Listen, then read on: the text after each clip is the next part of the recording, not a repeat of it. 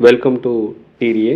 எல்லோரும் நல்லா இருப்பீங்கன்னு நம்புகிறேன். நம்ம போன வீடியோவிலேயே ஜஸ்டிஸ் பார்ட்டியோடைய 1916 1920 வரைக்கும் எதுக்காக அந்த பார்ட்டி வந்து தொடங்கினாங்க, என்ன ரீசன், அவங்களுடைய ஹிஸ்டாரிக்கல் பேக்ரவுண்ட் எதுக்காக தொடங்கினாங்க, அதுக்கப்புறம் எவ்வளோ போராடி அந்த பிரதிநிதித்துவ கோரிக்கைகள்லாம் அவங்க அடைஞ்சாங்க அப்படிங்கிறது, அந்த ஹிஸ்டாரிக்கல் பேக்ரவுண்டும் அவங்களுடைய ஆரம்ப காலகட்ட போராட்டமும் பார்த்துட்டோம். இப்போ எப்படி தொடங்கினாங்க, என்ன ரீசனுக்காக, யார் யாரெல்லாம் அதில் முக்கிய பங்கு வகித்தாங்க, எங்கே தொடங்கினாங்க, மோஸ்ட்லி எல்லாமே 1960 1920 வரைக்கும் எல்லா டேட்டாவுமே கவர் பண்ணிட்டோம். இப்போ நீதி கட்சியோடைய ரெண்டாவது ஆட்சி, அதாவது 1920 1937 வரைக்கும். அப்போ இதுக்கு முன்னாடி ப்ரீவியஸ் வீடியோவில் பார்த்தது நீதி கட்சியோடைய தொடக்கம். இது நீதி கட்சியோடைய ஆட்சி. அவங்க எலெக்ஷனை ஃபேஸ் பண்ணி எப்படி வந்து ஆட்சி பண்ணாங்க, என்னென்ன அச்சீவ்மெண்ட்ஸ் எல்லாம் பண்ணாங்க, யாருடைய ஆட்சிகள் அப்படிங்கிறது தான் இங்கே நம்ம பார்க்க போகிறோம். அதுக்கு முன்னாடி வீடியோ பார்க்குற எல்லாருக்குமே ரொம்ப நன்றி. இதில் நம்ம நீதி கட்சியோடைய ஆட்சி போகிறதுக்கு முன்னாடி உள்ள ஒரு சில முக்கியமான பாயிண்ட்ஸ் எல்லாமே நான் சொல்லிடுறேன் ஆரம்பத்திலே, ஏன்னா இன்னொரு ரிவிஷன் மாதிரி ஆகிடும். அப்போ ஃபஸ்ட்டு வந்து வகுப்பு வாரி தொடங்கியிருப்பாங்களா, வகுப்பு வாரி அரசாணை விட்டிருந்திருப்பாங்க. 1921 செப்டம்பர் 16 அப்போ ரிலீஸ் பண்ணியிருப்பாங்க. அது ஒரு அச்சீவ்மெண்ட். ஜிஓ நம்பர் வந்து 613. இது ஒரு அச்சீவ்மெண்ட். ரெண்டாவது என்ன அப்படின்னா, இந்து சமய அறநிலைய சட்டம். இந்து சமய அறநிலைய சட்டம் அது எப்போ தொடங்கினாங்க, 1925. எப்போ பில் பாஸ் பண்ணாங்க அப்படின்னா டிசம்பர் 18 1922. அப்போ அதுக்கான மசோதா தாக்கல் பண்ணது டிசம்பர் 18 1922. அந்த சட்டம் நிறைவேறினது 1925.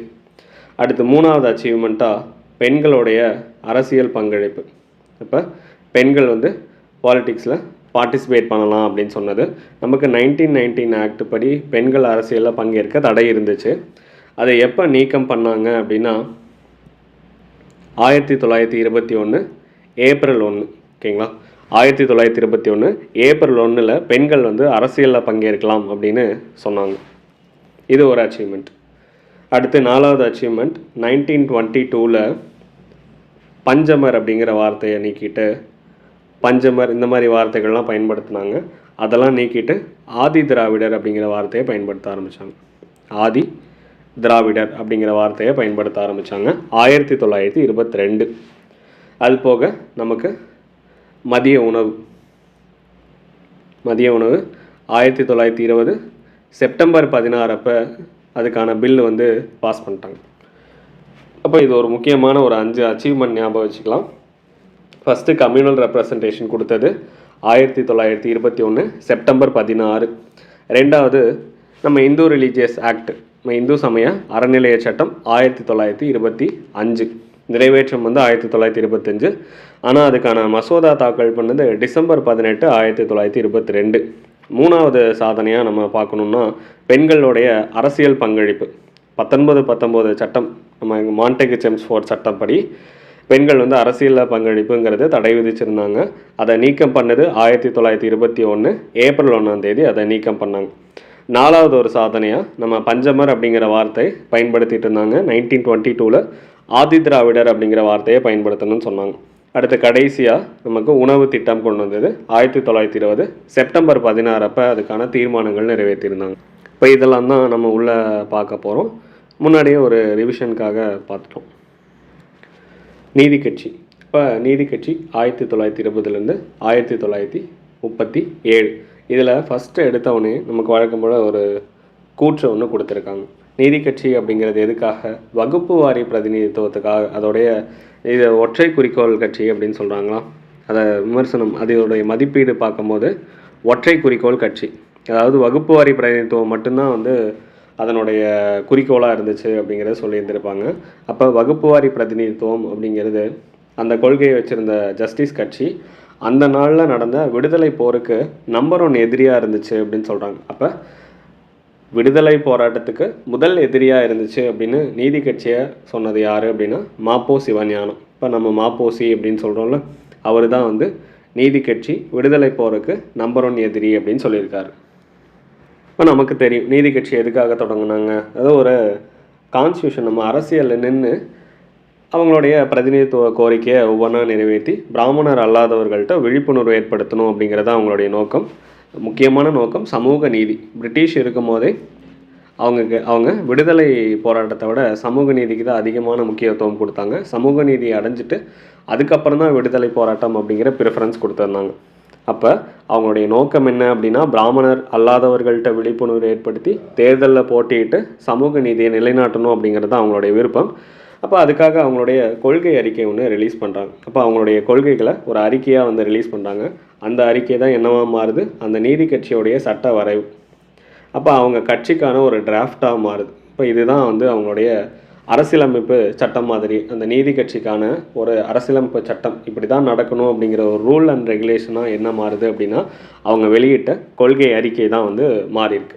அது எப்போ வெளியிட்டாங்க அப்படின்னா 1925 டிசம்பர் 19 1925 டிசம்பர் 19 தான் அந்த நீதி கட்சியோடைய பார்ட்டி கான்ஸ்டியூஷன் அப்படிங்கிறது அங்கீகாரமாக மாறுது. அந்த கொள்கை அறிக்கை தான் பார்ட்டி கான்ஸ்டியூஷனாக மாறுது 1925 டிசம்பர் 19.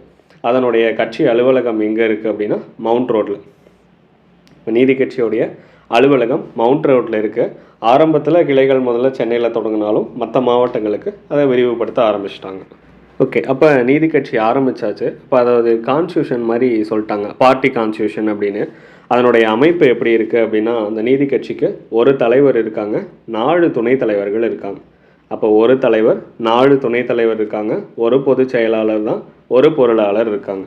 அது போக 25 எக்ஸிக்யூட்டிவ் மெம்பர்ஸ் இருக்காங்க. இந்த செயற்குழு என்ன பண்ணும் அப்படின்னா கட்சி கொள்கையை முடிவு பண்ணுறது யாருன்னா இந்த எக்ஸிக்யூட்டிவ் மெம்பர்ஸ் தான். அப்போ 25 எக்ஸிக்யூட்டிவ் மெம்பர்ஸ் இருக்காங்க. ஒரு தலைவர், 4 துணைத் தலைவர் இருக்காங்க, ஒரு பொதுச் செயலாளர் இருக்காங்க, ஒரு பொருளாளர் இருக்காங்க, 25 செயற்குழு உறுப்பினர்கள்.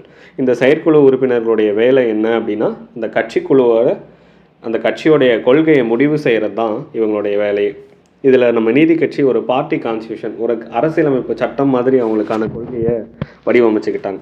1920 எலெக்ஷனுக்கு அப்புறம் என்ன நடக்குது அப்படின்னா நம்ம யூரோப்பியன் கண்ட்ரீஸில் என்னென்ன கட்சிகள் அந்த கட்சியோடைய அமைப்புகள் எப்படி இருக்கோ அதை மாதிரியே இதை சீரமைச்சுக்கிட்டாங்க. அப்போ அதுக்கு ஒரு எக்ஸாம்பிளாக பார்த்தோன்னா புதுசாக ஒரு பதவியை உருவாக்குறாங்க. நம்ம அது வரைக்கும் கட்சிகளில் நம்ம விப் அப்படிங்கிற ஒரு பதவி கிடையாது, கொறடா அப்படிங்கிறது. அப்போ கட்சி கொறடா அப்படிங்கிற ஒரு பதவியை யூரோப்பியன் பார்ட்டிஸ் மாதிரி நம்மளுடைய நீதி கட்சியை சீரமைச்சுக்கிட்டே வராங்க. அப்போ கொஞ்சம் கொஞ்சமாக அவங்களுடைய ஐரோப்பியர்களை பார்த்து அவங்களுடைய கட்சிகள் எப்படி செயல்படுதோ அதே மாதிரி இவங்களுடைய கட்சியை மாற்றுறாங்க. கட்சி கொறடா அப்படிங்கிற ஒரு பதவியை கொண்டு வந்திருக்காங்க. நம்ம கட்சி கொறடா அப்படிங்கிற பதவி நம்ம கான்ஸ்டியூஷனில் படிச்சிருந்திருப்போம். உள்ள நம்ம பார்லிமெண்ட்லேயோ இல்லை லெஜிஸ்லேச்சர்லேயோ உள்ளே இருக்கிற மெம்பர்ஸை வந்து இவங்களுக்கு கட்டுப்பட்டு தான் செயல்படணும் அப்படிங்கிறது தான் அந்த கட்சி கொறடாங்கிற ஒரு பதவி. கான்ஸ்டியூஷனில் மென்ஷன் பண்ணியிருந்திருக்க மாட்டாங்க. இது ஒரு கான்ஸ்டியூஷன் அல்லாத ஒரு பதவி மாதிரி தான் இது. அப்போ கட்சி கொறடா பார்ட்டி விப் அப்படிங்கிற ஒரு புது பதவியை உருவாக்குறாங்க. அப்போ இது எதுக்காக நீதி கட்சியில் என்னென்ன கட்சிகள்லாம் இவங்களுடைய சேர ஆரம்பிக்கிறாங்களோ அந்த எல்லா கட்சிகளுக்கும் ஒரு பொதுவான தலைவர் யார் அப்படின்னா நீதி கட்சியோடைய தலைவராக யார் இருக்காரோ அவர் தான் எல்லா கட்சிகளுக்குமே ஒரு பொதுவான தலைவராக இருப்பார். அவர் தான் சட்டமன்றத்துக்கும் தலைவராக இருப்பார். இவங்க என்னென்ன முடிவு எடுக்கிறாங்க அப்படின்னா நீதி கட்சி ஒவ்வொரு வருஷமும் அதனுடைய மாநாடு வந்து கூட்டணும். மாநாடு ஒரு பிளேஸில் நம்ம கூட்டணும். ஃபஸ்ட்டு படித்து வந்திருப்போம் மாவட்ட மாநாடு கோயம்புத்தூரில் நடந்துச்சு அப்படின்னு 1917. அடுத்து மாநில மாநாடு, நம்ம இதெல்லாம் ஃபஸ்ட்டு ப்ரீவியஸ் வீடியோவில் பார்த்துட்டோம், அதனால தான் சொல்கிறேன். மாநில மாநாடு சென்னையில். அப்போ மாவட்ட மாநாடு கோயம்புத்தூரில் நடக்குது, மாநில மாநாடு சென்னையில் நடந்துச்சு. அப்போ இந்த மாதிரி ஒவ்வொரு வருஷமும் அதனுடைய மாநாடுகளை கூட்டணும். அப்போ மாநாடுகளை கூட்டி விழிப்புணர்வை ஏற்படுத்திக்கிட்டே இருக்கணும் மக்கள்கிட்ட. அதுக்கடுத்து அதனுடைய முதல் தலைவராக யாரை தேர்ந்தெடுக்கிறாங்க அப்படின்னா தியாகராய செட்டி தான் வந்து அதனுடைய நீதி கட்சியோடைய முதல் தலைவராக தேர்ந்தெடுக்கப்படுறாரு. அதுக்கப்புறம் அதனுடைய பொதுச் செயலாளராக ஆற்காடு ராமசாமி, இவர் தான் நீதி கட்சியோடைய பேச்சு புயல். ஓகேவா, நீதி கட்சியோடைய பேச்சு புயல் யார் அப்படின்னா ஆற்காடு ராமசாமி. ஓகே, நீதி கட்சியோடைய பேச்சு புயல். இப்போ நீதி கட்சியோடைய தலைவராக தியாகராய செட்டி இருக்கார். அதனுடைய முதல் பொதுச் செயலாளர் ஆற்காடு ராமசாமி. இவர் யார்? நீதி கட்சியோடைய பேச்சு புயல். அடுத்து இப்போ இந்த நீதி கட்சி ஐரோப்பிய கட்சி மாதிரி ஓரளவு சீரமைச்சாச்சு. அப்போ நம்ம இதுக்கு பின்னாடி ஆரம்பித்த கட்சிகளுக்கு ஒரு அரசியல் கட்சினா எப்படி இருக்கணும், அது எந்த மாதிரியான செயல்படணும், அதோடைய அமைப்புகள், அதோடைய பார்ட்டி கான்ஸ்டியூஷன் எப்படி இருக்கணும், அதோடைய கொள்கை, இந்த மாதிரி இதுக்கு பின்னாடி வந்த கட்சிகளுக்கு ஒரு முன்னுதாரணமாக இருந்தது நமக்கு நீதி கட்சி தான். அப்போ நீதி கட்சி முன்னாடி ஆரம்பித்து ஐரோப்பியர்கள் கட்சி மாதிரி அதை சீரமைச்சிக்கிட்டு பின்னாடி வந்த கட்சிகளுக்கு ஒரு முன்னுதாரணமாக இருந்துச்சு. அப்போ 1920 எலெக்ஷனை ஃபேஸ் பண்ணாங்க. முதல் தேர்தலில் என்ன பண்ணிட்டாங்க, அவங்க ஃபேஸ் பண்ண ஃபஸ்ட் எலெக்ஷன்லேயே வின் பண்ணிட்டாங்க. அப்போ 1920 எலெக்ஷனில் வின் பண்ணிட்டாங்க. அதுக்கு முன்னாடி ஒரு சின்ன பேக்ரவுண்ட் கொடுத்துருக்காங்க. லெஜிஸ்லேச்சர் அப்போதைக்கு எப்படி இருந்துச்சு அப்படின்னா, நமக்கு மெட்ராஸ் லெஜிஸ்லேட்டிவ் கவுன்சில் 1861 தான் தொடங்கினாங்க. அப்போ சென்னை சட்டமன்றம் தொடங்கினது 1861 சட்டத்தில் தான் தொடங்கினாங்க. அப்போதைக்கு எப்படி இருந்துச்சு அப்படின்னா, பிரதிநிதிகள் இல்லாத ஒரு அமைப்பாக இருந்துச்சு. மக்கள் பிரதிநிதிகள் இல்லாத ஒரு அவையாக மட்டும்தான் இருந்துச்சு.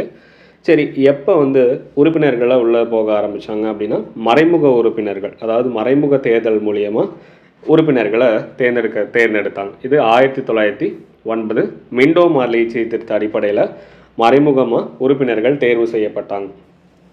அதுவே நமக்கு 1919 மாண்டேகு செம்ஸ்ஃபோர்ட் சீர்திருத்த அடிப்படையில் நேரடி தேர்தல் மூலியமாக உறுப்பினர்களை தேர்ந்தெடுத்தாங்க. அப்போ நேரடி தேர்தல் மூலியமாக உறுப்பினர்களை தேர்ந்தெடுத்தாங்க. அப்போ நேரடியாக தேர்ந்தெடுக்கப்பட்ட உறுப்பினர்கள்னால் 1919 சட்டம், அதுதான் நமக்கு என்னன்னு சொல்கிறாங்க, டயார்கி, இரட்டை ஆட்சி அப்படின்னு. இதில் தான் இந்த இரட்டை ஆட்சி ஃபுல்லாகவே நீதி கட்சி தான் ஆட்சி பண்ணியிருப்பாங்க. இரட்டை ஆட்சி ஃபுல்லாகவே நீதி கட்சி தான் ஆட்சி பண்ணாங்க. நமக்கு தெரியவுள்ள படிச்சிருப்போம், 1937 என்னாச்சு, ப்ரொவின்ஷியல் அட்டானமி கொடுத்துருந்துருப்பாங்க. ஓகேவா, ப்ரொவின்ஷியல் அட்டானமி கொடுத்தது 1937 சட்டப்படி கொடுத்துருந்துருப்பாங்க. நமக்கு 1919 இரட்டை ஆட்சி வந்துருச்சு. அப்போ அந்த இரட்டை ஆட்சி ஃபுல்லாகவே ஆட்சி பண்ணது யார் அப்படின்னா நீதி கட்சி தான் மோஸ்ட்லி. அந்த இடையில இண்டிபெண்ட் கேண்டிடேட் சுப்ராயன் அவர் பீரியடை தவிர மீது எல்லாமே நீதி கட்சி தான் ஆட்சி பண்ணியிருந்திருக்கும். மொத்தம் 1920 to 37 வரைக்கும் 17 வருஷம். அதில் நீதி கட்சி 13 வருஷம் நீதி கட்சியை ஆட்சி பண்ணியிருந்திருப்பாங்க. ஜஸ்டிஸ் பார்ட்டி ஆட்சி பண்ணது 13 வருஷம் ஆட்சி பண்ணியிருந்திருப்பாங்க. அப்போ 1909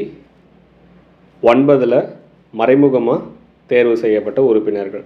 அப்போ மறைமுகமாக தேர்வு செய்யப்பட்ட உறுப்பினர்கள்னால் 1909. நேரடி உறுப்பினர்கள் அப்படின்னா 1919 இரட்டை ஆட்சிக்கு கீழே ஆட்சி பண்ணாங்க. 1920 1937 வரைக்குமே அவை எப்படிப்பட்ட அவையாக இருந்துச்சுன்னா, ஓரவை யூனிகேமரலாக இருந்துச்சு. யூனிகேமரல், அப்போ ஓரவை கொண்ட அமைப்பாக தான் செயல்பட்டுச்சு. இப்போ நம்ம பை கேமரலாக வச்சுருக்கோம். பை கேமரலாக நம்மளுடைய பாராளுமன்றம் செயல்படுது. அப்போ 1920 1937 வரைக்கும் யூனிகேமரல் ஓரவை கொண்ட அமைப்பாக தான் அவங்களுடைய சட்டமன்றம் செயல்பட்டுருக்கு. இதில் 1920 நவம்பரில் ஃபஸ்ட்டு தேர்தல் நடக்குது. இம்பீரியல் எலெக்ஷன் அப்படின்னு சொல்லுவாங்களா, imperial election.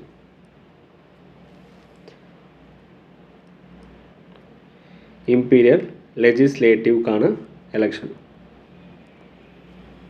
Imperial legislative election நடக்குது 1920 நவம்பரில் நடக்குது. அப்போதைய சென்னையுடைய மக்கள் தொகை என்ன அப்படின்னா 40 மில்லியன் மக்கள் தொகை மட்டும்தான் இருக்காங்க. அப்போ யாருக்கு ஓட்டு போடுற தகுதி இருக்குது, சொத்து யாருக்கு இருக்கோ அவங்களுக்கு மட்டும்தான் ஓட்டு போடுற தகுதி. அப்போ ப்ராப்பர்ட்டி யார் வச்சுருக்காங்களோ அவங்களுக்கு மட்டும்தான் ஓட்டு போடுற தகுதியாக கொடுத்துருந்துருப்பாங்க.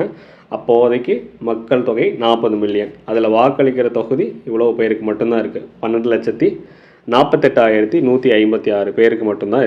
இப்போ மொதல் எலெக்ஷனில் எவ்வளோ வாக்குப்பதிவு நடந்துச்சு, இப்போல்லாம் நம்ம பர்சன்டேஜ் சொல்கிறாங்களே, அதே மாதிரி அப்போதைய பர்சன்டேஜ் 24.9. அப்போ மோஸ்ட்லி ஓரளவு விழிப்புணர்வு, எலெக்ஷனை பற்றி விழிப்புணர்வு வந்துடுச்சு. ஏன்னா 24%ங்கிறது அப்போ அதிகம். இப்போதைக்கு 60%, 63, 70% அப்படி தான் நம்மளுடைய வாக்குப்பதிவு ரெஜிஸ்டர் ஆகிட்டு இருக்கும் இப்போவே. ஆனால் அப்போவே 24.9% வாக்குப்பதிவு ஆயிருக்கு. இதில் அதிகபட்சமாக எந்த தொகுதியில் வாக்குப்பதிவு நடந்திருக்கு அப்படின்னா மயிலாப்பூர் அப்படிங்கிற தொகுதியில் தான் 52% வாக்குப்பதிவுகள் நடந்திருக்கு மயிலாப்பூரில். அப்போ நீதி கட்சியோடைய முதல் பொது தேர்தல் 1920 நடக்குது. 40 மில்லியன் மக்கள் தொகை இருக்காங்க. ப்ராப்பர்ட்டி யாருக்கு இருக்கோ அவங்க தான் ஓட்டு போட முடியும். அதில் நம்ம ஓரளவு தான் ஓட்டு போடுறாங்க. அது எவ்வளோ இருக்குன்னா, நம்ம 24.9% தான் விழிப்புணர்வு ஏற்பட்டு ஓட்டு போடுற தகுதியும் அவங்களுக்கான ஓட் பர்சன்டேஜ் வந்திருக்கு. அதிகபட்சமான வாக்குப்பதிவு எங்கே வந்திருக்குன்னா மயிலாப்பூர் அப்படிங்கிற தொகுதியில் வந்திருக்கு. இதில் நமக்கு பெரிய ஒரு அப்போசிஷன் பார்ட்டி நமக்கு யாரும் கிடையாது. இப்போ ரூலிங் பார்ட்டி, ஆப்போசிட் பார்ட்டி யாரும் கிடையாது. இப்போ இந்த ஒரு பார்ட்டி மட்டும்தான். அப்போ நீதி கட்சிக்கு எதிர்கட்சி இல்லாததுனால 63 தொகுதிகளில் வின் பண்ணிடுறாங்க. மொத்தம் 98 தொகுதிகள் கொடுத்துருந்துருப்பாங்க. அதில் மொத்தம் 98 தொகுதிகளில் 63 தொகுதிகள் வின் பண்ணிடுவாங்க. இதில் தேர்வு செய்யப்பட்டது நமக்கு 98. இதில் நியமனம் 29, 127 தொகுதிகள் இருக்கும். அப்போ டோட்டலாக இதில் நீதி கட்சி தேர்வு செய்யப்படாத நியமன உறுப்பினர்கள், இப்போ நியமன உறுப்பினர்கள் அப்படின்னு சொல்கிறாங்க, இல்லாட்டி நாமினல் மெம்பர்ஸ். அப்போ அவங்க ஒரு 18 பேர். இப்போ நீதி கட்சி ஆல்ரெடி ஒரு 63 இடம் வின் பண்ணியிருந்திருக்காங்க. அப்போ நாமினேட்டட் மெம்பர்ஸ் ஒரு 18 பேர் இருக்காங்க. அப்போ மொத்தம் 81 உறுப்பினர்களுடைய ஆதரவோட நீதி கட்சி தான் ஆட்சி அமைக்கிறாங்க. அப்போ முதல் ஆட்சி மெட்ராஸில் அமையுது. நீதி கட்சி 81 உறுப்பினர்களுடைய சப்போர்ட்டோட ஆட்சி அமைக்கிறாங்க. இதில் ஃபஸ்ட் எலெக்ஷனில் நீதி கட்சி வின் பண்ணதுக்கான ஒரு 3 காரணங்களை சொல்கிறாங்க. அப்போ முதல் காரணம் என்ன அப்படின்னா, காங்கிரஸ் தேர்தலை புறக்கணிச்சிட்டாங்க. காங்கிரஸ் இந்த பீரியடில் 1920 நமக்கு நான் கோஆப்ரேஷன் தொடங்கியிருப்பாங்க. நான் கோஆப்ரேஷன் மூமெண்ட் தொடங்கியிருப்பாங்க. ஒத்துழையாமை இயக்கம். இப்போ காந்தியடிகள் ஒத்துழையாமை இயக்கம் தொடங்கினதுனால காங்கிரஸ் தேர்தலை புறக்கணிச்சிட்டாங்க. ரெண்டாவது, நீதி கட்சி தீவிரமாக பிரச்சாரம் பண்ணி பிராமணர் அல்லாதவர்கள், இப்போ நான் பிராமின் விழிப்புணர்வை ஏற்படுத்தினாங்க. இப்போ நான் பிராமின்ட்ட நீதி கட்சி விழிப்புணர்வு ஏற்படுத்தினாங்க. மூணாவது, நான் பிராமின்களுக்கு இடஒதுக்கீடு வாங்கி தருவதா வாக்குறுதி கொடுத்தாங்க. அப்போ ரிசர்வேஷன் வாங்கி தரதா சொன்னாங்க. Communal reservation. இப்போ கம்யூனல் ரிசர்வேஷன் வாங்கி தரதா சொன்னாங்க. அதுக்கப்புறம் நீதி கட்சியோடைய தீவிர பிரச்சாரம், காங்கிரஸ் தேர்தலை புறக்கணித்தது, இதெல்லாம் நீதி கட்சி வெற்றிக்கான ஒரு 3 காரணங்களாக இங்கே குறிப்பிடுறாங்க. இப்போ நீதி கட்சியோடைய முதல் ஆட்சி 1920 1923 சுப்பராயலு அவர் தான் ஃபஸ்ட்டு மெட்ராஸோடைய சிஎம் ஆகிறார். மெட்ராஸோடைய ஃபஸ்ட்டு சிஎம். அப்போதைக்கு பிஎம்னு சொல்லிட்டு இருந்திருப்பாங்க. இப்போ சுப்பராயலு தான் சிஎம். அப்போதைய கவர்னர் யார் அப்படின்னா மார்க்விஸ் வில்லிங்டன். அவர் என்ன பண்ணுறாரு, நமக்கு யார் மெஜாரிட்டி வாங்கியிருக்காங்களோ அந்த பார்ட்டியோடைய தலைவரை கூப்பிடணும். எதுக்கு? சிஎம் ஆகிறது. அப்போ அழைப்பு விடுப்பாங்க. அந்த முறை இங்கிருந்து தான் உருவாகியிருந்திருக்கும் கொஞ்சம் கொஞ்சமாக. அப்போ மார்க்விஸ் வில்லிங்டன் என்ன பண்ணுறாரு, நீதி கட்சியோடைய அப்போதைய தலைவர் தியாகராய செட்டியை சிஎம்மாக பொறுப்பேற்றுக்க சொல்கிறாரு. ஆனால் அவர் என்ன பண்ணுறாரு, மக்களுடைய வரி பணத்தில் நான் ஊதியம் பெற விரும்பலை அப்படின்னு சொல்கிறார். அப்போ மக்களுடைய வரி பணத்தில் ஊதியம் வாங்க விரும்பலைன்னு சொல்லிடுறார். யார்? நம்ம தியாகராய செட்டி. அப்போ அதனால் என்ன பண்ணிட்டாங்க, அவர் ஒரு பேரை ரெக்கமெண்ட் பண்ணுறாரு. அந்த நபர் தான் ஏ சுப்பராயலு அப்படிங்கிறவர் தான். அப்போ ஏ சுப்பராயலு அவர் ரெக்கமெண்ட் பண்ணுறாரு அவரை சிஎம்மாக சொல்லி. இப்போ நம்ம அது போக அமைச்சர்களாக பொறுப்பு எடுத்துக்கிறாங்க. ராமராயனிங்கர், வெங்கட ரெட்டி நாயுடு. ராமராயனிங்கர் நமக்கு தெரியும், ராஜா ஆஃப் பனகல் தான் நமக்கு ராமராயனிங்கர். அப்போ அவர் அமைச்சர்களாக பொறுப்பு எடுத்துக்கிறாங்க. வெங்கட ரெட்டி நாயுடு. சிஎம்மாக இருக்கிறது ஏ சுப்பராயலு நாயுடு. எப்போ பதவி ஏற்றுக்கிறாங்க அப்படின்னா 1920 டிசம்பர் 17 இப்போ 1920 டிசம்பர் 17 பொறுப்பெடுத்துக்கிறாங்க. இன்றைக்கி தான் டிசம்பர் 17, கரெக்டாக டிசம்பர் 17 அப்போ தான் நம்ம வீடியோவும் போடுறோம். இப்போ பதவி ஏற்றது 1920 டிசம்பர் 17. சட்டமன்றத்துடைய தலைவராக பெருங்காவூர் ராஜகோபாலாச்சாரி. அப்போ பெருங்காவூர் ராஜகோபாலாச்சாரி தான் சட்டமன்ற தலைவராக இருக்கார். அது போக சட்டமன்ற செயலாளர்கள் எட்வின் பெரியநாயகம், ஆற்காடு ராமசாமி, பி சுப்பராயன். யாருன்னு தெரியுதா? பிளாக் ஹார்ஸ் இண்டிபெண்ட் கேண்டிடேட்டாக 1926 1930 வரைக்கும் சிஎம்மாக இருப்பார், சுயேட்சை வேட்பாளராக. ஆக்சுவலாக இவர் நீதி கட்சியில் இருந்தவர் தான். இதிலிருந்து கருத்து வேறுபாடுகள்னால வெளியே போயிடுறாரு. அதுக்கப்புறம் சுயேட்சை வேட்பாளராக நின்று வின் பண்ணி 1926 to 1930 மெட்ராஸோடைய சிஎம்மாக இருப்பார். ஓகே, அப்போ ஒரு சில துறைகள் கொடுத்துருக்காங்க. நம்ம லியோனல் உள்துறை, சார்லஸ் தோதுந்தர் அப்படின்னு சொல்லுவாங்க. சார்லஸ் தோதுந்தர் நிதித்துறையை பார்க்குறார். அடுத்து முகமது அபிபுல்லா, சார்லஸ் தோதுந்தர் ஓகேவா. முகமது ஹபீபுல்லா வந்து வருவாய்த்துறை பார்க்குறாங்க. சீனிவாச ஐயங்கார் சட்டத்துறை. சரி, இந்த பேர்லாம் கொஞ்சம் கஷ்டமாக இருக்கும் ஞாபகம் வச்சுக்கிறதுக்கு. லியோ அப்படின்னா நம்ம லைன்னு ஞாபகம் வச்சுக்கலாமா? அப்போ லைன்னா எதில் இருக்கணும்? கூண்டுக்குள்ளே இருக்கணும்னு ஞாபகம் வச்சுக்கோங்க. அப்போ சிங்கம் தான் எதுக்குள்ளே? கூண்டுக்குள்ளே. அப்போ உள்ளே இருக்கணும் அப்படின்னு உள்துறை. சார்லஸ் தோதுந்தர், நம்ம இதை ஃபஸ்ட்டு பார்த்தலாம். வருவாய் இருக்கா? நமக்கு ரெவன்யூ அதிகமாக இருந்தால், ரெவன்யூ அதிகமாக இருக்குது, இது ஹாப்பின்னு நம்ம எடுத்துக்கலாமா? ஹாப்பி. இது ஃபுல்லான்னு எடுத்துக்கலாமா? ஃபுல். அப்போ வருவாய் நமக்கு அதிகமாக இருந்தால் ஹாப்பி வந்து ஃபுல்லாக இருக்கும். நிதி எதுக்கு? நிதி உதவி பண்ணோமா? அப்போ நிதி உதவி பண்ண லெஸ் ஆகும். ஓகே, அப்போ நிதிங்கிறது குறை. வருவாய் அதிகமாக இருந்தால் ஹாப்பி வந்து ஃபுல்லாக இருக்கும். இப்போ ஒரு ஞாபகம் வச்சுக்கலாமா? அப்போ லியோனா லயன் உள்ளதாக, கேஜுக்குள்ளே இருக்கணும். நிதி உதவின்னு வச்சுக்கலாம். நிதி உதவி கொடுக்க அமௌண்ட் வந்து லெஸ் ஆகும். வருவாய் அதிகமாக இருந்துச்சுன்னா ஹாப்பி ஃபுல்லாக இருக்கும். சீனிவாச ஐயங்கார் வந்து ஒரு பிராமணன். இது ஏன் சொல்கிறேன் அப்படின்னா, நான் பிராமின் அமைச்சரவை, நீதி கட்சி தொடங்கினது பிராமணர் அல்லாதவருடைய நலனுக்காக தான். அதுலேயும் நீதி கட்சி என்ன பண்ணுறாங்க? சமூக நீதியை மெயின்டைன் பண்ணியிருக்காங்க. சமத்துவம், சமூக நீதி. பிராமணருக்கும் அமைச்சராக இடம் கொடுத்துருக்காங்க. அப்போ நீதி கட்சியோடைய ஸ்பெஷாலிட்டி அதுதான். அங்கே கோரிக்கை வச்சப்ப நான் பிராமினுடைய ரிசர்வேஷனுக்காக மட்டும் கோரிக்கை வைக்கல. ஆல்ரெடி ப்ரீவியஸ் வீடியோவில் பார்த்தோம். பிராமணர்களுடைய ரிசர்வேஷனுக்காகவும் கோரிக்கை வச்சாங்க. அதனால தான் மெட்ராஸ் மாகாண சங்கம் நீதி கட்சிக்கு ஆதரவு தந்தாங்க. வகுப்பு வாரி இடஒதுக்கீட்டுக்கு மெட்ராஸ் மாகாண சங்கம் ஆல்ரெடி எதிராக தான் செயல்பட்டு இருந்திருப்பாங்க. ஆனால் நீதி கட்சி பிராமணர்களுக்கும் சேர்த்து இடஒதுக்கீடு கேட்டதுனால, பிராமணர்களுக்கும் நான் பிராமின் 2 பேர்த்துக்கும் இடஒதுக்கீடு கேட்டாங்க. அதனால எல்லாருமே நீதி கட்சிக்கு ஆதரவாக இருந்தாங்க.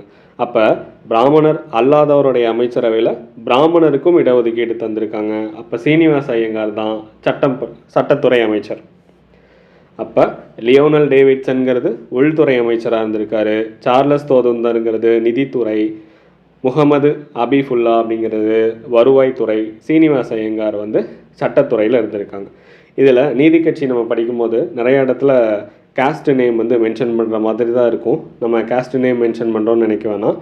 ஏன்னா இதில் நம்ம இந்த தற்கால தமிழ்நாடு வரலாறில் படிக்கும்போது ஒவ்வொருத்தருக்கும் ஒரே மாதிரியான பெயர்களில் நிறைய பேர் வருவாங்க. அப்போ கண்டிப்பாக கன்ஃபியூஷன் ஆகி தான் ஆகும். அதனால் கன்ஃபியூஷன் ஆகக்கூடாது அப்படின்னா இந்த மென்ஷன் பண்ணியிருக்க காஸ்ட் நேம் ஒரு சில இடத்துல சொல்லி தான் ஆகணும். அதனால் தப்பாக எடுத்துக்காதீங்க. இதில் என்ன ஆகுதுன்னா, நீதி கட்சியில் சிஎம்மாக சுப்ராயலு இருக்கார். அப்போ அவருடைய ஹெல்த் இல்னஸ், அவருடைய உடல்நிலை காரணமாக பதவி விலகிறார். 1921 பதவி விலகிறாரு. அடுத்த முதலமைச்சராக யாரை ரெக்கமெண்ட் பண்ணுறாங்க அப்படின்னா, ராஜா ஆஃப் பனகல் அரசர் நம்ம ராமராய நிங்கர் தான் வந்து அடுத்த முதலமைச்சராக ரெக்கமெண்ட் பண்ணுறாங்க. அவர் தான் அடுத்த மெட்ராஸோடைய சிஎம் ஆகிறார். அவர் வந்தவுடனே மெட்ராஸோடைய கல்வித்துறை அமைச்சராக பாட்ரோ, அப்போ ஏபி பாட்ரோ அப்படிங்கிறவர் எஜுகேஷன் மினிஸ்டராக இருக்கார். ஏபி பாட்ரோ. இப்போ முதல் அமைச்சரவை எப்போ முடியுது அப்படின்னா 1923 செப்டம்பர் 11 முடியுது. நமக்கு 1923 செப்டம்பர் 11 நமக்கு முதல் அமைச்சரவை வந்து முடிஞ்சிருச்சு. இதில் நீதி கட்சி இருந்த வரைக்கும் அவங்களுக்கு கொடுக்கப்பட்ட துறைகளில் நமக்கு ரிசர்வ்டு சப்ஜெக்ட் அப்படின்னு கொடுத்துருந்துருப்பாங்க. ரிசர்வ்டு சப்ஜெக்ட், அதுக்கப்புறம் டிரான்ஸ்ஃபர் சப்ஜெக்ட். இதில் ரிசர்வ் சப்ஜெக்ட்னா ஒதுக்கப்பட்ட துறைகள், டிரான்ஸ்ஃபர் சப்ஜெக்ட்னா மாற்றப்பட்ட துறைகள். இப்போ நமக்கு மாற்றி கொடுக்கப்பட்ட துறைகள். அப்போ அதை ஒரு சில துறைகளை வச்சுட்டு நீதி கட்சி வந்து பெரிய அளவில் சாதனை பண்ணியிருந்திருப்பாங்க. அதில் ஒரு 5 சீர்திருத்தம் பண்ணாங்க. அவங்களுடைய சாதனைகளாக 5 சீர்திருத்தத்தை சொல்கிறாங்க. முதல் சீர்திருத்தம் நம்ம 1921 நம்ம இன்ட்ரோடக்ஷன்லேயே பார்த்தோம். 1921 ஏப்ரல் 1 கொண்டு வந்த தீர்மானம். பெண்கள் வந்து 1919 சட்டப்படி, மாண்டகு சட்டப்படி என்ன பண்ணிடுது, பெண்கள் வந்து அரசியலில் பங்கேற்க தடை விதிச்சிருந்தாங்க. அப்போ அந்த தடையை நீக்கினதுக்கு தீர்மானம் கொண்டு வந்தது 1921 ஏப்ரல் 1 சட்டமன்றத்தில் போட்டியிடலாம் அப்படிங்கிற தீர்மானம் கொண்டு வந்தாங்க. அப்போ அதன்படி தான் 1926 முத்துலட்சுமி ரெட்டி வந்து எம்எல்சியாக தேர்ந்தெடுக்கப்பட்டிருப்பாங்க. மெம்பர் ஆஃப் எம்எல்சின்னு member of legislative council. Legislative council அதாவது தேர்வு செய்யப்பட்டது நியமன உறுப்பினர்கள். நம்ம member of legislative assembly MLA அப்படின்னா மக்களால் தேர்ந்தெடுக்கப்படுறவங்க.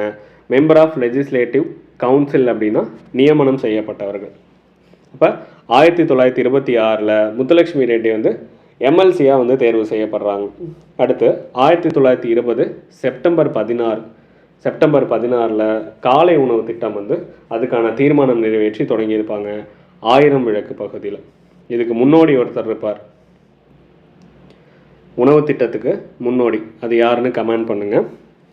இந்த உணவு திட்டத்துக்கெல்லாம் முன்னோடி நம்ம தியாகராய செட்டி கிடையாது, அதுக்கும் முன்னோடி ஒருத்தர் இருப்பார்.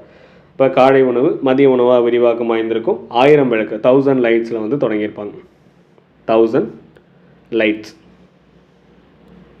இந்த 1000 லைட்ஸ்லாம் 1992 போலீஸ் ஸ்டேஷன், மகளிர் போலீஸ் ஸ்டேஷன் வந்து தொடங்கியிருப்பாங்க. இது வந்து காவல் நிலையம். நான் கேட்குறது என்னென்னா கமெண்ட் பண்ணுங்கள். காவல் பிரிவு, மகளிருக்கான காவல் பிரிவு, இது எப்போ தொடங்கினாங்க, யாருடைய பீரியடில் தொடங்கினாங்கன்னு கமெண்ட் பண்ணுங்கள். இதில் ஆல்ரெடி இன்னும் கேட்டிருக்கேன், 2 கொஷின் கேட்டிருக்கேன். நம்ம மதிய உணவு திட்டம் கொண்டு வந்திருந்தாங்க, இந்த காலை உணவு. தியாகராய செட்டிக்கும் ஒரு முன்னோடி இருக்கார், அவர் யாருங்கிறத காமெண்ட் செக்ஷனில் பண்ணுங்கள். அதே மாதிரி 1992 1000 லைட்ஸில் போலீஸ் ஸ்டேஷன் தொடங்கியிருப்பாங்க மகளிருக்கு.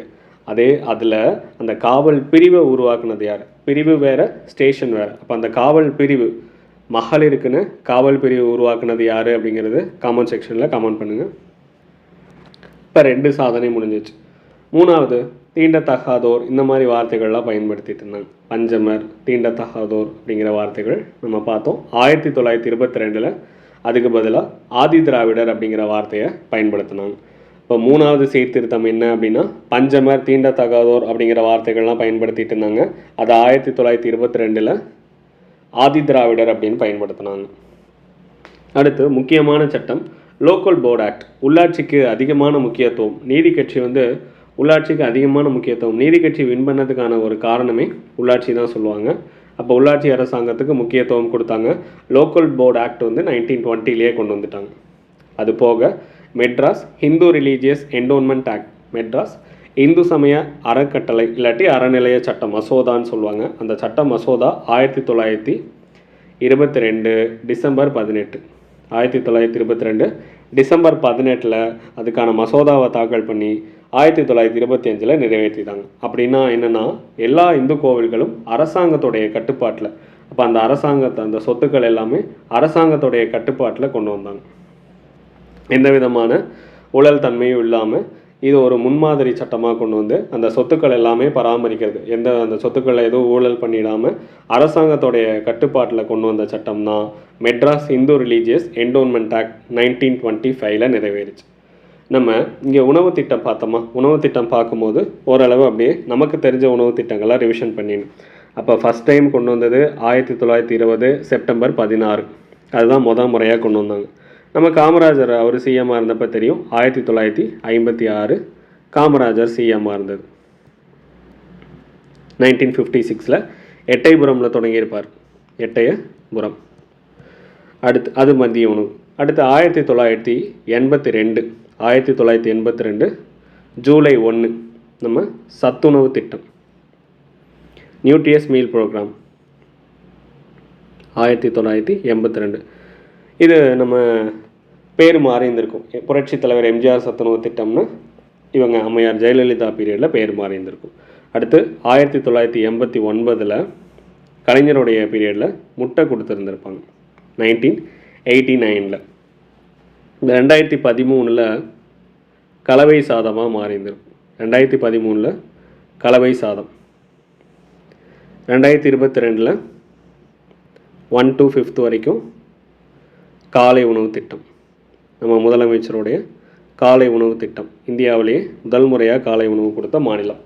அப்போ இதோடைய பேக்ரவுண்ட் நம்ம பார்த்தோம்னா ஓரளவு டேட்டா அப்படியே ரிவிஷன் பண்ணிடணும். இங்கேயே 1920 செப்டம்பர் 16ஆம் தேதி சென்னையில் தொடங்கினது 1000 விளக்கு பகுதியில். 56 நம்ம காமராஜர் ஐயா எட்டயபுரமில் தொடங்கினது. 1982 ஜூலை 1 எம்ஜிஆருடைய பீரியடில் சத்துணவு திட்டமாக மாற்றினாங்க. அடுத்து 1989 முட்டை வந்து கொடுக்க ஆரம்பித்தாங்க. அடுத்து 2013 கலவை சாதம் கொடுக்க ஆரம்பித்தாங்க. 2022 1ஆவதுலேருந்து 5ஆவது வரைக்கும் அரசு உதவி பெறும் தொடக்கப்பள்ளி. அப்போ அரசு உதவி பெறும் தொடக்கப்பள்ளி கவர்மெண்ட் எய்டட் ஸ்கூலில் நமக்கு காலை உணவு கொடுக்க ஆரம்பித்தாங்க. அப்போ ஓரளவு பேக்ரவுண்ட் ஸ்டோரி இதுதான். நமக்கு இன்னொன்று மெட்ராஸ் இந்து ரிலீஜியஸ் படிக்கும் போது இதே டேட்டு நமக்கு டிசம்பர் 18, இதே மாதிரி இந்த டேட்டில், அதாவது மே 18 2023 2 கோவில் ரிலேட்டடாக 2 கரண்ட் அஃபேர்ஸ் நம்ம இப்போ தெரிஞ்சு வச்சுக்கணும். திருக்கோவில்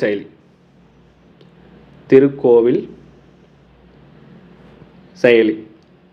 இப்போ அந்த கோவில் ரிலேட்டடாக என்னென்னலாம் இன்ஃபர்மேஷன் வேணுமோ, தல வரலாறு, அது எல்லாமே இந்த ஆப்பில் உங்களுக்கு கிடைக்கும். மே 18 2023 திருக்கோவில் செயலி.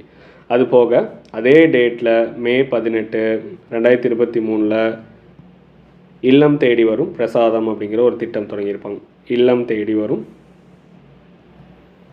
பிரசாதம். இந்த 2 திட்டங்கள் மே 18 2023 தொடங்கியிருப்பாங்க. இது டிசம்பர் 18. இந்த 18ன்னு பார்த்தோன்னே ஞாபகம் வந்துச்சு. அப்போ டிசம்பர் 18 1922 தீர்மானம் நிறைவேற்றினாங்க. நமக்கு அந்த சட்டம் நிறைவேறினது 1925. இங்கே மே 18 2023 திருக்கோவில் செயலி அப்படிங்கிறது தொடங்கினாங்க. நம்ம கோவிலுடைய வரலாறு, தல வரலாறு அதெல்லாம் படிச்சுக்கலாம். அது போக மே 18 2023 அதே நாள் அன்றைக்கி இல்லம் தேடி வரும் பிரசாதம் அப்படிங்கிற ஒரு திட்டம் கூட தொடங்கியிருக்காங்க. இதெல்லாம் தமிழ்நாடு அரசுடைய ரீசண்டாக கொண்டு வந்த திட்டங்கள். மறுபடியும் ஒரு ரிவிஷன் பார்த்துக்கோங்க. இப்போ நீதி கட்சியுடைய 5 சாதனைகளாக சீர்திருத்தமாக, ஃபஸ்ட்டு சீர்திருத்தம் 1921 ஏப்ரல் 1ஆம் தேதி பெண்கள் வந்து போட்டியிடலாம், அரசியலில் பங்கெடுக்கலாம் அப்படின்னு சொல்லியிருந்தாங்க. அப்போ இதுக்கு முன்னாடி தடை விதிச்சிருந்தாங்க. 1919 இந்திய அரசு சட்டத்தைப்படி பெண்கள் வந்து அரசியலில் பங்கேற்க தடை விதிச்சிருந்தாங்க. அப்போ அதனுடைய அடிப்படையில் எம்எல்சியாக முத்துலட்சுமி ரெட்டி 1926 தேர்ந்தெடுக்கப்பட்டிருப்பாங்க. 2வது சீர்திருத்தம் என்ன அப்படின்னா காலை உணவு திட்டம் 1000 விளக்கு பகுதியில் இது மதிய உணவாக விரிவாக்கம் பண்ணியிருந்திருப்பாங்க. 1920 செப்டம்பர் 16 காமராஜருடைய பீரியடில் 1956 எட்டயபுரமில் தொடங்கினது. எம்ஜிஆருடைய பீரியடில் 1982 சத்துணவு திட்டமாக மாறிச்சு. அடுத்து 1989 முட்டை வழங்க ஆரம்பித்தாங்க. 2013 கலவை சாதம், 2022 காலை உணவு திட்டமாக மாறிச்சு.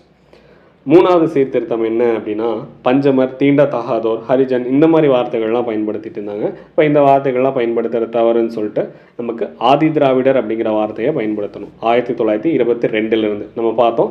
ஆதி திராவிடருங்கிறவங்க முதலாக திராவிடருங்கிறது வார்த்தைகளை பயன்படுத்தினதா ஆர் கண்ணன் அப்படிங்கிற ஒருத்தர் வந்து அதை மென்ஷன் பண்ணியிருந்திருப்பார். நம்ம ப்ரீவியஸ் வீடியோவில் வந்து பார்த்துருக்கோம். அடுத்து நீதி கட்சிக்கு ரொம்ப அவங்களுடைய வெற்றிக்கு முக்கியமான அடித்தளம் அமைச்சு கொடுத்ததே யாருன்னா உள்ளாட்சி அரசுகள் தான். அப்போ அந்த உள்ளாட்சி அமைப்புக்கு ரொம்ப முக்கியத்துவம் கொடுக்குறாங்க. Local board act 1920. இப்போ 1920 உள்ளாட்சி சட்டங்கள் வந்து கொண்டு வந்திருக்காங்க. 5வது சீர்திருத்தம் என்ன அப்படின்னா இந்து சமய அறநிலைய சட்ட மசோதா, Hindu religious endowment act, December 18 1922. இதை நிறைவேறினது எப்போ அப்படின்னா 1925. எல்லா இந்து கோவில்களும் அரசாங்கத்துடைய கட்டுப்பாட்டில் கொண்டு வந்த ஒரு முன்மாதிரியான சட்டம் தான் இது, நம்ம இந்து ரிலீஜியஸ் என்டோன்மெண்ட் ஆக்ட். அடுத்து ஒரு முக்கியமான சாதனையாக நீதி கட்சியோடையது தாழ்த்தப்பட்டோருக்கு தனி அதிகாரியை நியமிச்சணும். அப்போ தாழ்த்தப்பட்டோருக்கு அப்படின்னு ஒரு தனி ஐசிஎஸ் அதிகாரி, லேபர் கமிஷனர் ஐசிஎஸ்லேருந்து தாழ்த்தப்பட்டோருக்குன்னு தனியான ஒரு அதிகாரி அமைச்சு அவங்களுக்கு பொறுப்புகள் கொடுக்குறாங்க. தாழ்த்தப்பட்டோர்னா அந்த ஆதி திராவிடிகள், ஆதிவாசிகள், மலைவாழ் மக்கள் இவங்கெல்லாம் சொல்கிறாங்க. அப்போ அந்த பீரியடில் அப்படி தான் சொல்லியிருக்காங்க. அப்போ அவங்களுடைய உரிமைகளுக்காக நலத்திட்டங்கள் கொண்டு வந்தாங்க.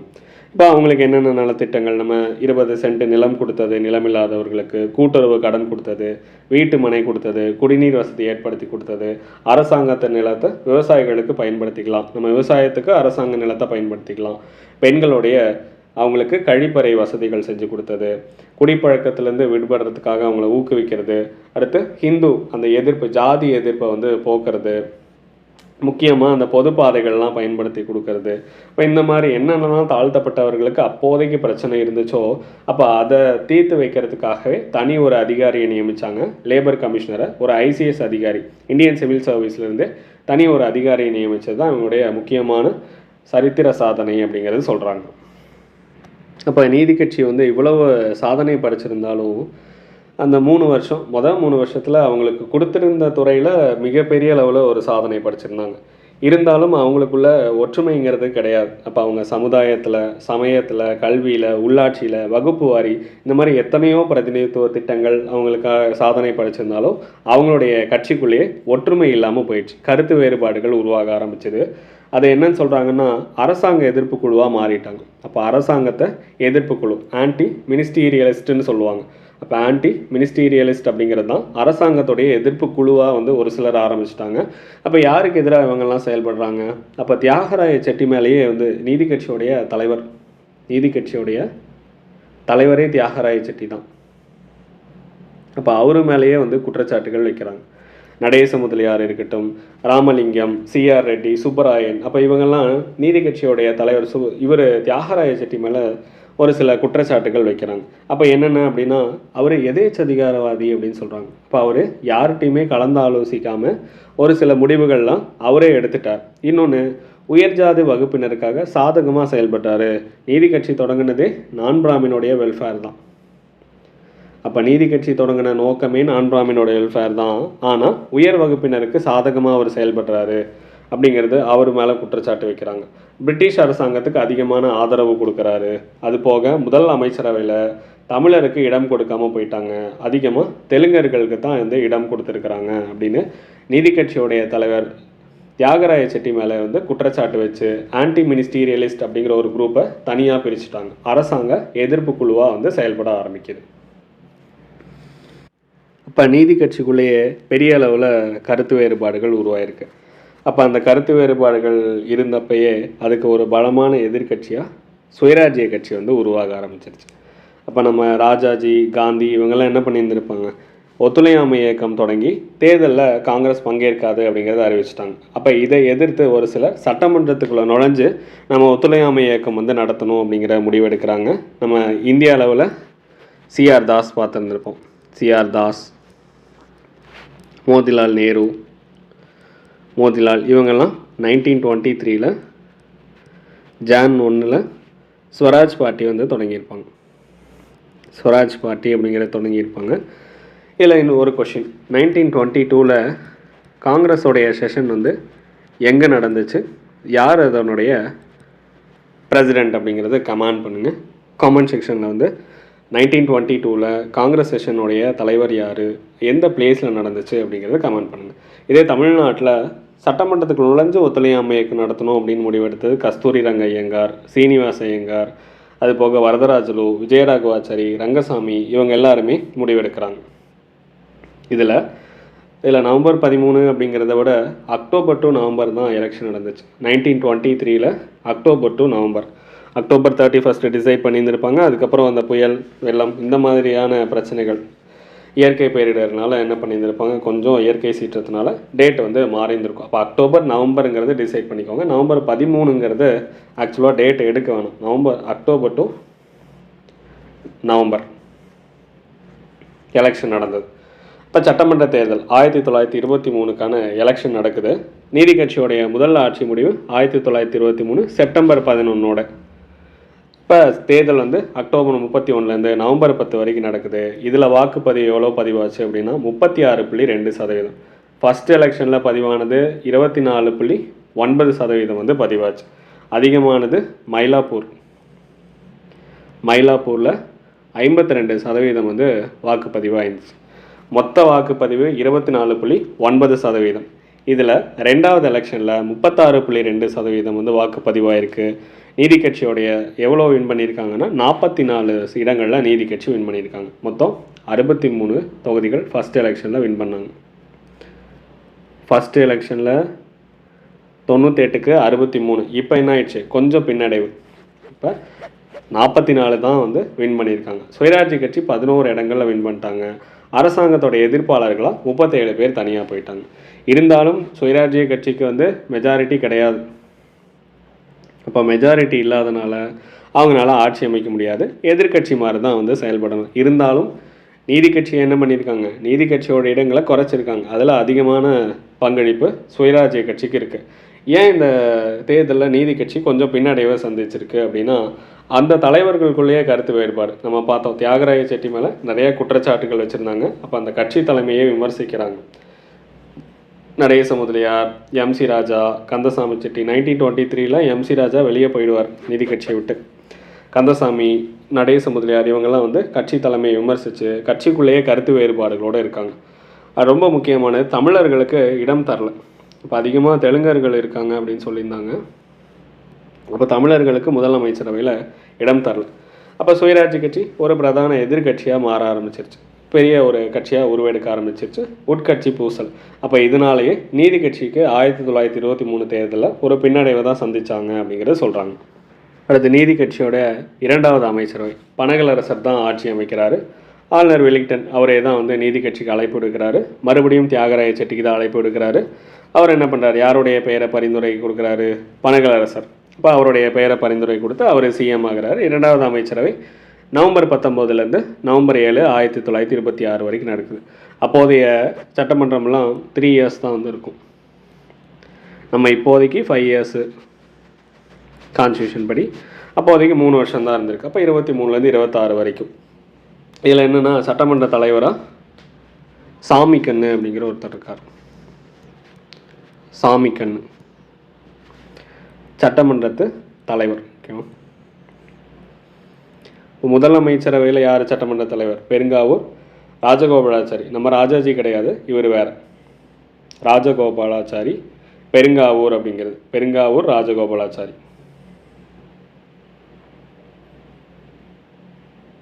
இங்கே படித்தோமா? இதில் பாருங்களேன், மோஸ்ட்லி எல்லா பேரும் பெரிய அப்படிங்கிறதுலே பெரு. இங்கே பெரிய நாயகம்.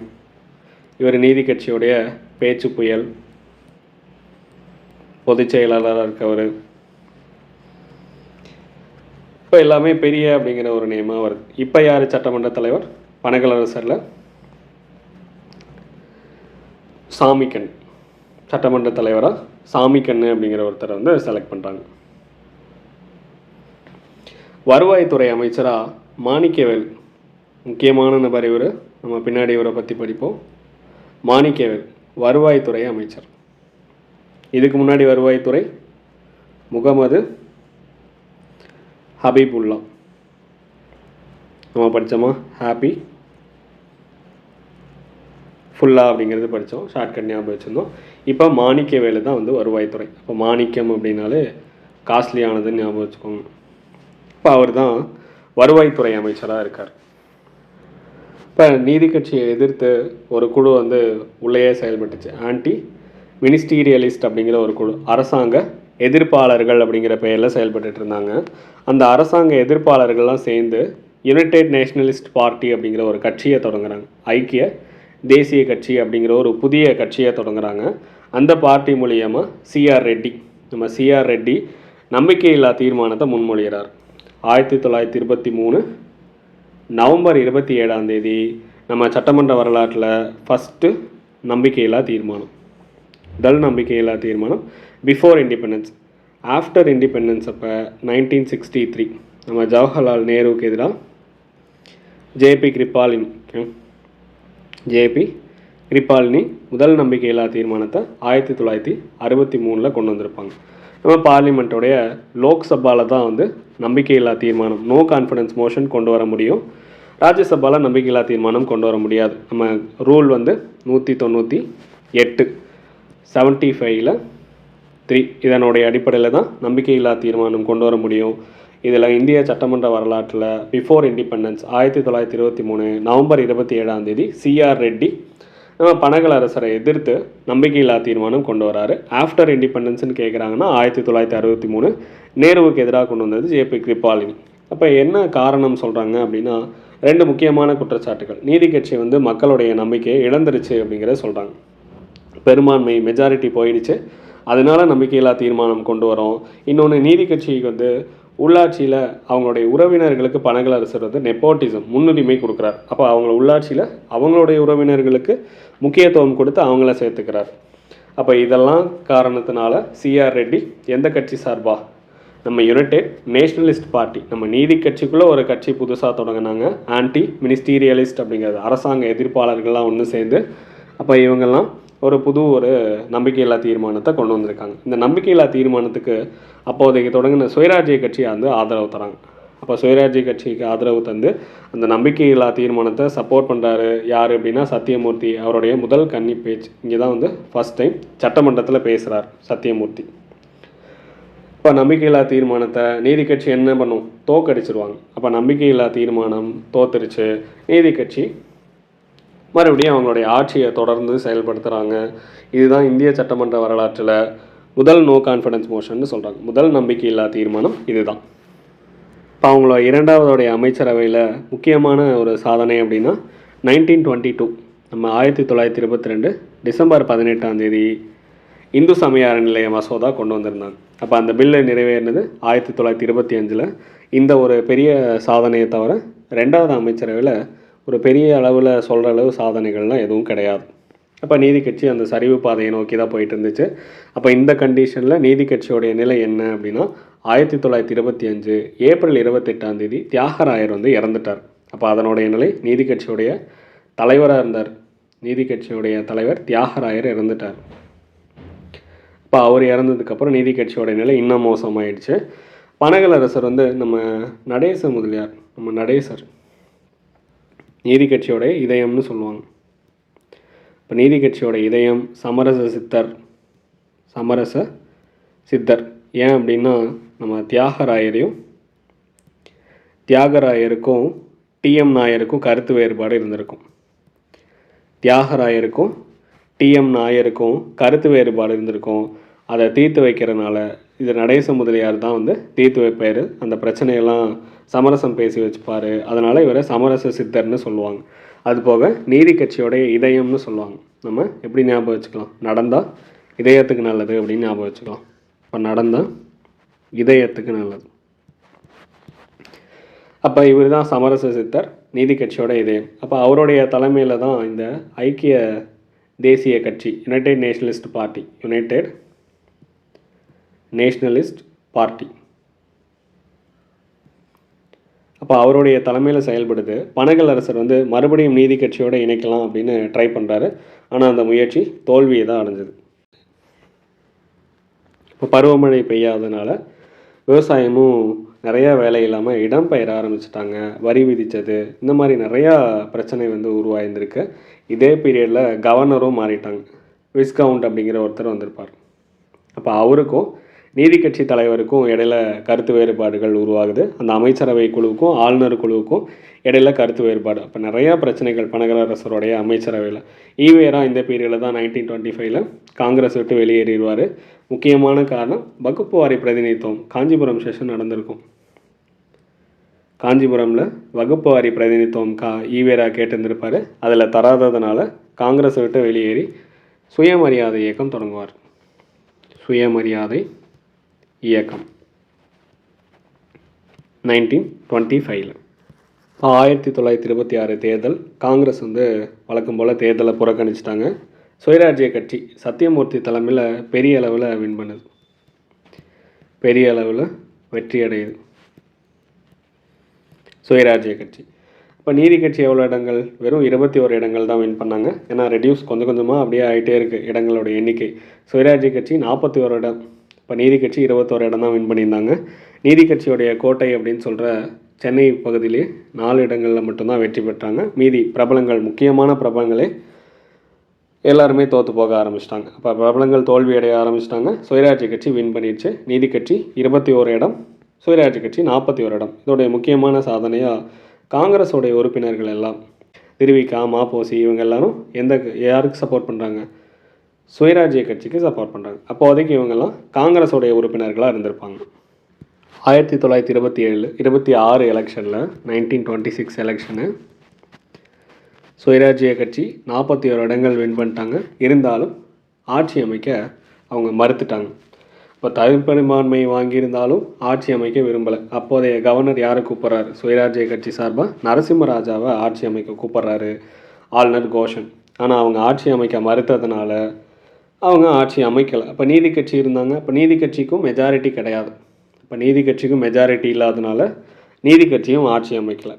அப்போ அதனால் ஆளுநர் கோஷன் வந்து இண்டிபெண்ட் கேண்டிடேட் சுயேட்சை வேட்பாளர் டாக்டர் பி சுப்ராயன், கருப்பு குதிரை, கருப்பு குதிரைன்னு இவரை சொல்லுவாங்க, பிளாக் ஹார்ஸ். அப்போ அவர் ஆட்சி அமைக்க அழைப்பு விடுக்கிறாரு. இவர் ஆக்சுவலாக எதில் இருந்தவர்? இதுக்கு முன்னாடி நீதி கட்சியில் இருந்தவர் தான். பனகலரசருடைய கருத்து வேறுபாடுனால நீதி கட்சியிலேருந்து பிரிஞ்சு விலகி வந்துட்டார்.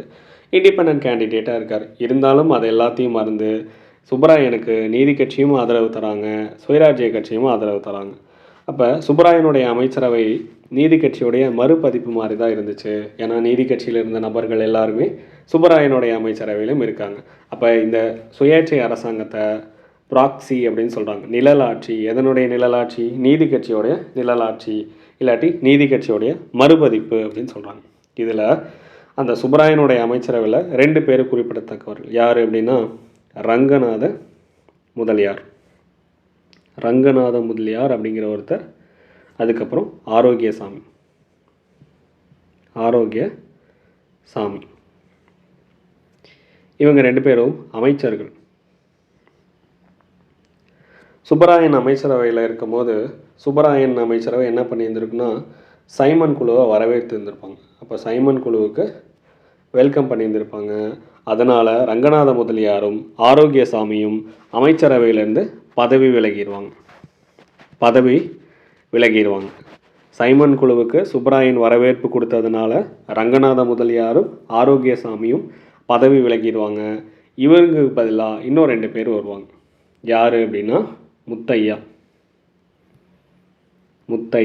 முதலியார். இவரை நம்ம படிச்சிருந்திருப்போம், கோட்டா சிஸ்டம்.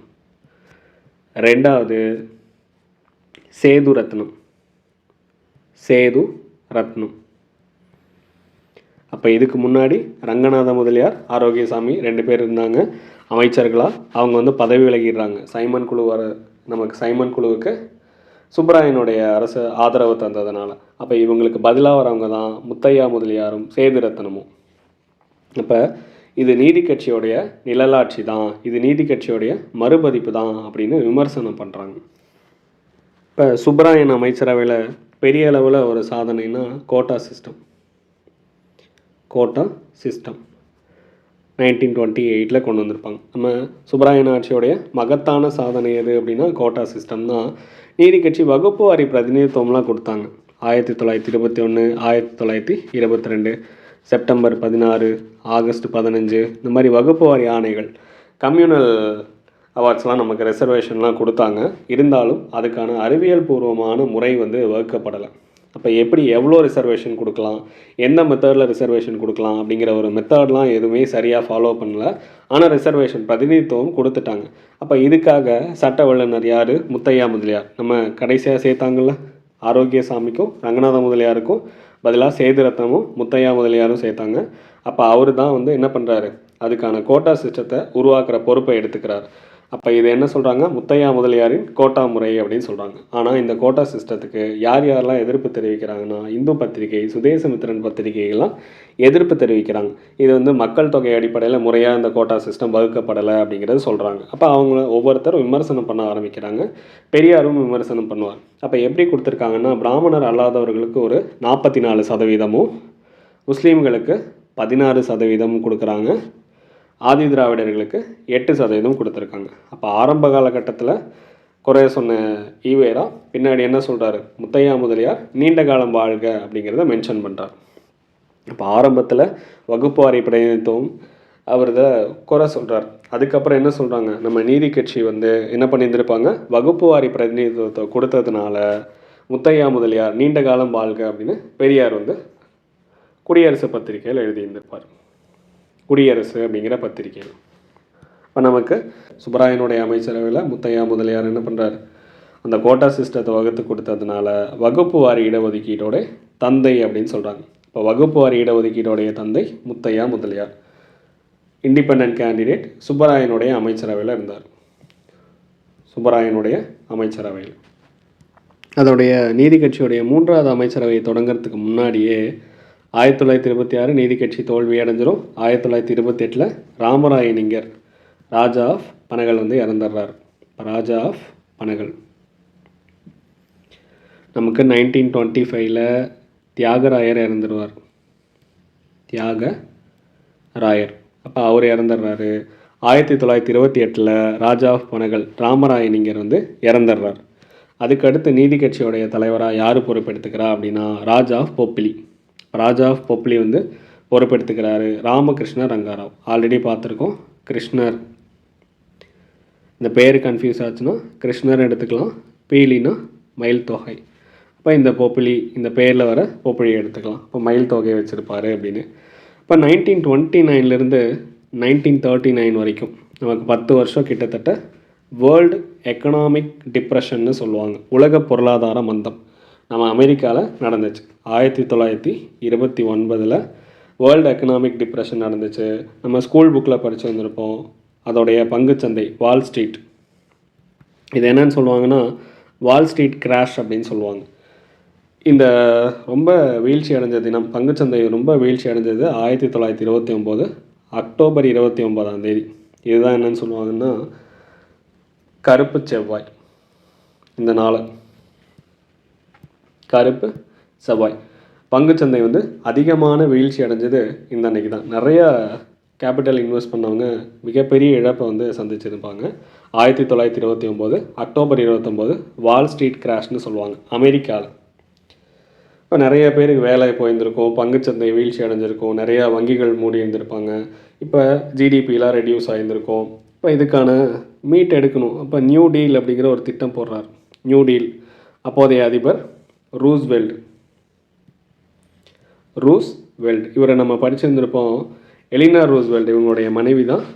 1948 டிசம்பர் 10 நமக்கு மனித உரிமைகள் தினம், ஹியூமன் டிக்ளரேஷன் யூடிஹெச்ஆர் வந்து ரிலீஸ் பண்ணியிருந்திருப்பாங்க.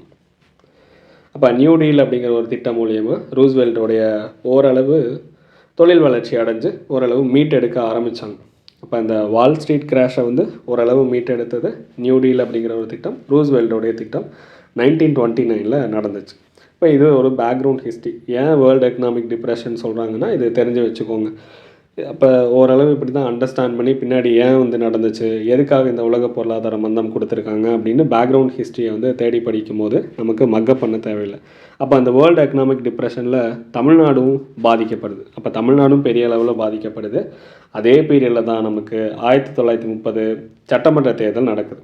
அப்போ சட்டமன்ற தேர்தல் 1930 இந்த வேர்ல்டு எக்கனாமிக் டிப்ரெஷனில் காலகட்டத்திலே நடக்குது.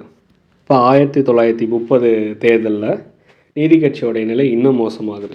அதனால் என்ன பண்ணுறாங்கன்னா பிராமணர்களுக்கும் நீதி கட்சியில் இடம் இருக்குது அப்படிங்கிறத சொல்கிறாங்க. அப்போ பிராமணர்களுடைய நலனுக்காகவும் நீதி கட்சி பாடுபடுது. அப்போ பிராமணர்களுக்கும் நீதி கட்சியில் இடம் தரோம் அப்படிங்கிறத சொல்கிறாங்க. அவங்களும் நீதி கட்சியில் சேர்ந்துக்கலாம். அப்போ ஆரம்ப காலகட்டத்தில் நான் பிராமினுடைய வெல்ஃபேருக்காக தான் நீதி கட்சி தொடங்கினது. ஆனால் பிராமணர்களுக்கும் நீதி கட்சியோடைய கதவுகள் திறக்கப்பட்டுச்சு அப்படின்னு சொல்கிறாங்க. 45 இடங்களில் 35 இடங்கள் ஜஸ்டிஸ் பார்ட்டி வந்து வின் பண்ணியிருக்காங்க. 35 இடங்கள் வின் பண்ணியிருக்காங்க. ஆளுநர் நியமித்த உறுப்பினர்களுடைய ஆதரவோட நீதி கட்சியோடைய தலைவராக முனுசாமி நாயுடு வந்து 1930 பொறுப்பெடுத்துக்கிறாரு. எதிர்கட்சி தலைவராக சுப்பராயன் இருக்காங்க. இப்போ இருந்தாலும் நீதி கட்சிக்குள்ளே உட்கட்சி பூசல், அமைச்சரவையில் ஒரு சிலருக்கு இடம் தராமல் போகிறார்.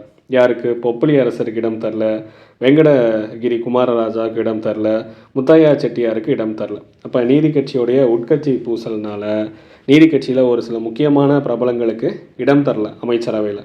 பொப்பிலி அரசருக்கு, வெங்கடகிரி குமாரராஜாவுக்கு, முத்தையா செட்டியாருக்கு. அப்போ இவங்கெல்லாம் சேர்ந்து ஜிஞ்சர் குரூப் அப்படின்னு ஒன்று ஸ்டார்ட் பண்ணுறாங்க, இஞ்சி குழு. அப்போ நீதி கட்சிக்குள்ளேயே இஞ்சி குழு அப்படிங்கிற ஒரு குரூப்பை வந்து தொடங்குறாங்க. அப்போ அது என்ன இஞ்சி குழு அப்படின்னா, இந்த முத்தையா செட்டியாருடைய தலைமையில் தான் இந்த ஜிஞ்சர் குரூப் செயல்படுது. அப்படின்னா ஒரு பெரிய இயக்கம் இருக்குது. அது சரிவர செயல்படாமல் இருக்குது. ரொம்ப மந்தமாக செயல்பட்டுருக்கு, ரொம்ப ஸ்லோவாக இருக்குது. இன்னும் வேகமான மாற்றம், இன்னும் சுறுசுறுப்பாக வேலைகள் நடக்கணும் அப்படிங்கிற ஒரு உந்துதல் சக்தி கொடுக்கணும். அப்போ ஒரு மோட்டிவ் பண்ணணும், இன்னும் வேகமாக இன்ஸ்பைரேஷனோட ஒர்க் பண்ணணும் அப்படின்னு சொல்கிறாங்க. அப்போ வேகமான இயக்கம் சுறுசுறுப்பாக இன்னும் இயங்கணும் அப்படின்னு யாரெல்லாம் நினைக்கிறாங்களோ அந்த பெரிய இயக்கத்துக்குள்ளே ஒரு சின்ன ஒரு குழு தொடங்குவாங்க. அதுதான் ஜிஞ்சர் குரூப்னு சொல்லுவாங்க. அப்போ அந்த பெரிய இயக்கத்துக்குள்ளே சுறுசுறுப்பான இயக்கம், அந்த இயக்கத்துக்குள்ளே இருந்துக்கிட்டு இன்னும் வேகமாக செயல்படணும் அப்படின்னு நினைக்கிறவங்கலாம் சேர்ந்து ஆரம்பிக்கப்படுற ஒரு குழு தான் ஜிஞ்சர் குரூப்னு சொல்லுவாங்க. இதுதான் அந்த இஞ்சி குழுங்கிறது தொடங்கியிருக்கார். அப்போ முத்தையா செட்டியாருடைய தலைமையில் இஞ்சி குழுங்கிறது ஒன்று செயல்படுது.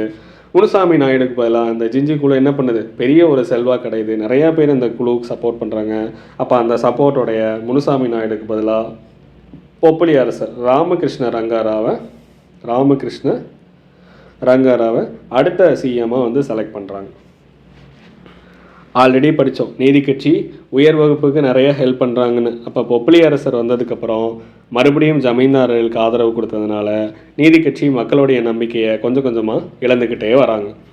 அப்போ நீதி கட்சியோடைய வீழ்ச்சிக்கு முக்கியமான காரணங்களாக என்ன சொல்கிறாங்கன்னா, நீதி கட்சிக்குள்ளேயே உட்குழுக்கள் நம்ம பார்த்தோம். ஜிஞ்சர் குரூப்னு ஒன்று ஸ்டார்ட் பண்ணாங்க.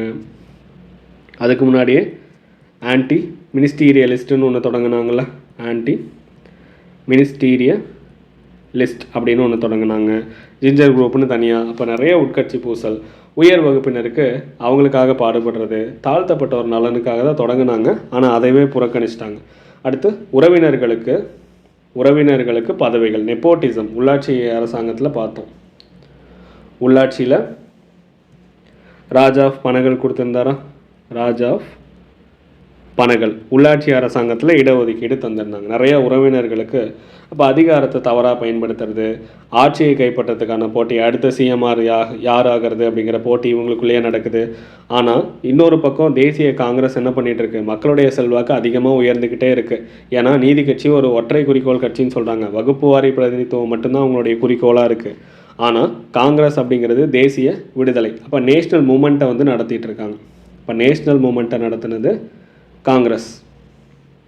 அப்போ அதிகமான ஆதரவு, மக்களுடைய ஆதரவு காங்கிரஸ் பக்கம்தான் போகுது. நீதி கட்சியோடைய செல்வாக்கு கொஞ்சம் கொஞ்சமாக குறைஞ்சிக்கிட்டே இருக்குது. அப்போ நீதி கட்சி ரொம்ப ஒரு மோசமான நிலைக்கு போயிட்டாங்க. காங்கிரஸ் வந்து மக்கள் செல்வாக்கோடைய அதிகமான பெரிய லெவலுக்கு ரீச் ஆகுறாங்க. இந்த முனுசாமி நாயுடுக்கு பதிலாக மறுபடியும் பொப்புளி அரசரே செலக்ட் பண்ணியிருந்தாங்க. எப்போ அப்படின்னா 1932 அக்டோபரில் செலக்ட் பண்ணாங்க.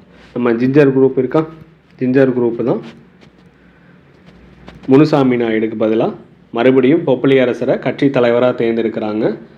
1932 நவம்பர் 5 நமக்கு பொப்புளி அரசர் தான் சிஎம் ஆகிறார். இந்த ஜிஞ்சர் குரூப் 12வது ஆண்டு மாநாடு, 12வது வருஷம் மாநாடு நடக்கணும்னு சொல்லியிருந்தாங்க. அப்போ 12வது மாநாடு 1932 நடக்குது. அப்போ அந்த ஜிஞ்சர் குரூப்பு தான் இவங்களை செலக்ட் பண்ணுறாங்க. பொப்புளி அரசரை தான் வந்து இனிமேல் அடுத்த கட்சி தலைவராகவும் சிஎம்மாகவும் செயல்படுவார் அப்படிங்கிறத சொல்கிறாங்க. அப்படி செலக்ட் பண்ண பொப்புளி அரசர் என்ன பண்ணுறாரு, ஆல்ரெடி நிலவரியை உயர்த்தி வச்சுருந்தாங்க. முனுசாமி நாயுடு என்ன பண்ணார், பொருளாதார நெருக்கடிக்கு இடையில் நிலவரியை அதிகமாக உயர்த்திட்டார். நிலவரியை உயர்த்தினது அது போக நம்ம ஜமீன்தாரர்களுக்கெல்லாம் எதிராக செயல்பட ஆரம்பிச்சிட்டாங்க. அப்போ நிலவரியை உயர்த்ததுனால ஜமீன்தாரர்களுக்கு ஆப்போசிஷனாக மாறிடுச்சு. அப்போ அது முனுசாமி நாயுடுக்கு எதிராகவும் அவருடைய நிறைய பேர் திரள ஆரம்பிச்சிட்டாங்க, ஒன்று கூட ஆரம்பிச்சிட்டாங்க.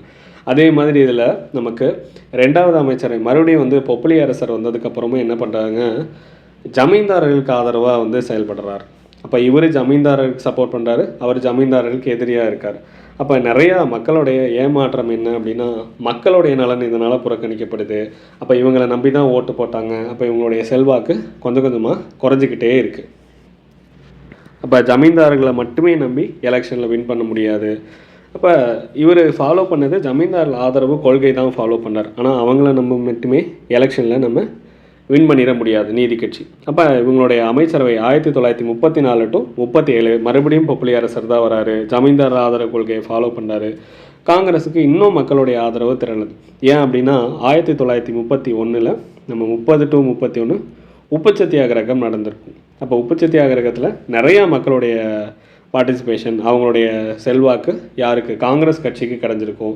நீதி கட்சியுடைய செல்வாக்கு அதிகரிக்கிறதுக்காக 2 முக்கியமான டெசிஷன் எடுக்கிறாங்க. ஒன்று, நீதி கட்சியில் பிராமணர்களை உறுப்பினர்களாக சேர்த்துக்கணும். 2வது, அப்போதைக்கு ஃபேமஸாக இருந்த சுயமரியாதை இயக்கத்தை பெரியாரோடைய ஆதரவு நமக்கு கிடைக்கணும். அப்போ பிராமணர்களை உறுப்பினராக சேர்த்துக்கலாம், நீதி கட்சியோடைய செல்வாக்கு அதிகப்படுத்தணும்னா. இன்னொன்று, சுயமரியாதை இயக்கத்தை நடத்திட்டு வந்த ஈவேராவுடைய சப்போர்ட்டு கிடைக்கணும். அப்போ ஈவேரா என்ன பண்ணுறாரு, நீதி கட்சி பெரியாரோடைய ஈரோடு பிளானுக்கு சப்போர்ட் பண்ணுறாங்க. அதனால் பெரியாரும் நீதி கட்சிக்கு சப்போர்ட் பண்ணுறாங்க.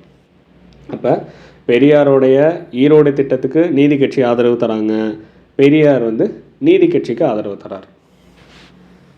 அப்போ அது என்ன ஈரோடு திட்டம் நம்ம படிச்சிருந்திருப்போம். சிங்கார வேலரோடு சேர்ந்து சிங்கார வேலர் அவரோட சேர்ந்து ஈரோடு திட்டம் அப்படிங்கிறது சமதர்ம திட்டம்லாம் உருவாக்கி இருந்திருப்பாங்க. அப்போ அது என்ன ஈரோடு திட்டம்? அத்தியாவசிய தொழில்களை நாட்டுடைமையாக்கணும் அப்படிங்கிறது. ரெண்டாவது, எல்லாத்துக்குமே ஆயுள் காப்பீடு கொடுக்கணும், லைஃப் இன்சூரன்ஸ் கொடுக்கணும், மதுவிலக்கு கொண்டு வரணும், அனைவருக்குமே இலவச கட்டாய கல்வி. இதில் மோஸ்ட்லி எல்லாமே நம்ம நடைமுறைப்படுத்தியாச்சு. இப்போதைக்கு தீண்டாமை ஒழிப்பு, அன்டச்சபிலிட்டி வந்து அபாலிஷ் பண்ணணும், கம்யூனல் ரெப்ரசன்டேஷன் கொடுக்கணும், நிர்வாக அமைப்புகளுக்கு அதிகாரத்தை பகிர்ந்து கொடுக்கணும். இந்த மாதிரி முக்கியமான ஒரு தொழிலாளர் நலன் சார்ந்த திட்டங்கள் தான் நமக்கு ஈரோடு பிளான்னு சொல்கிறாங்க. அப்போ இந்த ஈரோடு பிளானை நீதி கட்சி வந்து ஏற்றுக்கிட்டாங்க. அதனால் நீதி கட்சிக்கு ஆதரவாக பெரியார் வந்து செயல்பட்டார்.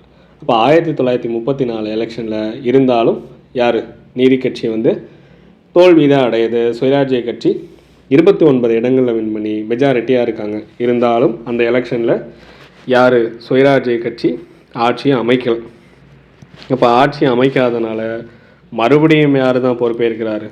மீண்டும் பொப்பிலி அரசர். புரியுதா என்னென்னு? அப்போ 1934 எலெக்ஷனில் நீதி கட்சி மறுபடியும் தோல்வி தான் அடைகிறாங்க. சுயராஜ்ய கட்சி தான் வின் பண்ணுறாங்க. இப்போ 34 எலெக்ஷனில் சுயராஜ்ய கட்சி 21 இடம் வின் பண்ணிட்டாங்க.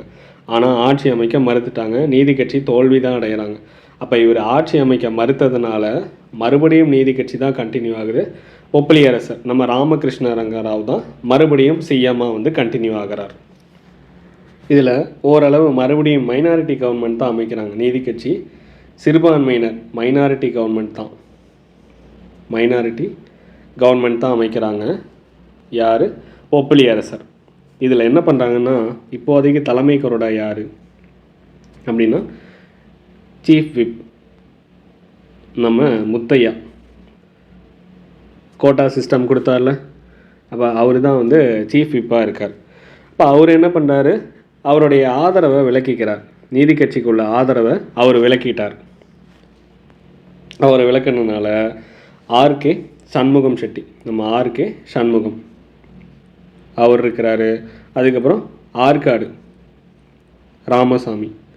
அப்போ ஆற்காடு ராமசாமி இவங்க 2 பேரும் எலெக்ஷனில் தோல்வி அடைஞ்சிட்றாங்க. அப்போ முத்தையா வந்து தலைமை கொறடா, அவருடைய ஆதரவை விளக்குனதுனால ஆர்கே சண்முகமும் ஆற்காடு ராமசாமியும் தேர்தலில் தோல்வி அடைஞ்சிட்றாங்க. இதனால் நம்ம பொப்பிலி அரசர் என்ன பண்ணுறாருன்னா, கொறடா பதவியிலிருந்து முத்தையாவை நீக்கிறார். இப்போ கொறடா பதவியிலிருந்து முத்தையாவை நீக்கிட்டார். அப்போ முத்தையா என்ன பண்ணுறாரு? அவங்களுக்கு எதிராக, பொப்பிலி அரசாங்கத்துக்கு எதிராக நோ கான்ஃபிடன்ஸ் மோஷன் கொண்டு வராங்க. நோ கான்ஃபிடன்ஸ் மோஷன் வந்து பொப்பிலி அரசாங்கத்துக்கு எதிராக கொண்டு வராங்க. அதனால் பொப்பிலி அரசர் என்ன பண்ணுறாருன்னா, முத்தையாவை கல்வித்துறை அமைச்சராக்கிடுவார். கல்வித்துறை அமைச்சராக மாற்றிடுவார். அப்போ அவருடைய சப்போர்ட்டும் வேணும். அதனால் அவரை கல்வித்துறை அமைச்சராக போட்டுட்டு உள்துறை அப்படிங்கிற ஒரு புது அமைச்சரவையை ஏற்படுத்துகிறார். புது அமைச்சரகம் வந்து உள்துறை அப்படிங்கிறத ஏற்படுத்தி அதனுடைய முதல் அமைச்சராக முகமது உமான் அப்படிங்கிற ஒருத்தரை நியமிக்கிறாரு. ரெண்டாவது அவருக்கு அப்புறம் ஏடி பன்னீர்செல்வம். அப்போ ஏடி பன்னீர்செல்வமும் உள்துறையாக நமக்கு முகமது உமானும், ரெண்டாவது வந்து ஏடி பன்னீர்செல்வத்தை அமைச்சர்களாக வந்து நியமிக்கிறாங்க. இப்போ முதல்ல என்ன நடக்குது அப்படின்னா, முத்தையா முதலியார் வந்து பொப்பிலி அரசாங்கத்துக்கு ஆதரவு கொடுத்துட்டு இருந்தார். அப்போ அந்த ஆதரவை அவர் விலக்கிக்கிறாரு.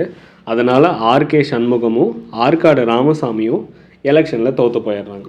எலெக்ஷனில் தோற்றவனே கோவப்பட்ட பொப்பிலி அரசர் என்ன பண்ணுறாரு? முத்தையா முதலியாரை அந்த கொறடா பதவியிலேருந்து நீக்கம் பண்ணுறார். அப்போ கொறடா பதவியிலேருந்து நீக்கம் பண்ணவனே முத்தையா முதலியார் பொப்பிலி அரசாங்கத்துக்கு எதிராக நோ கான்ஃபிடன்ஸ் மோஷன் கொண்டு வராங்க.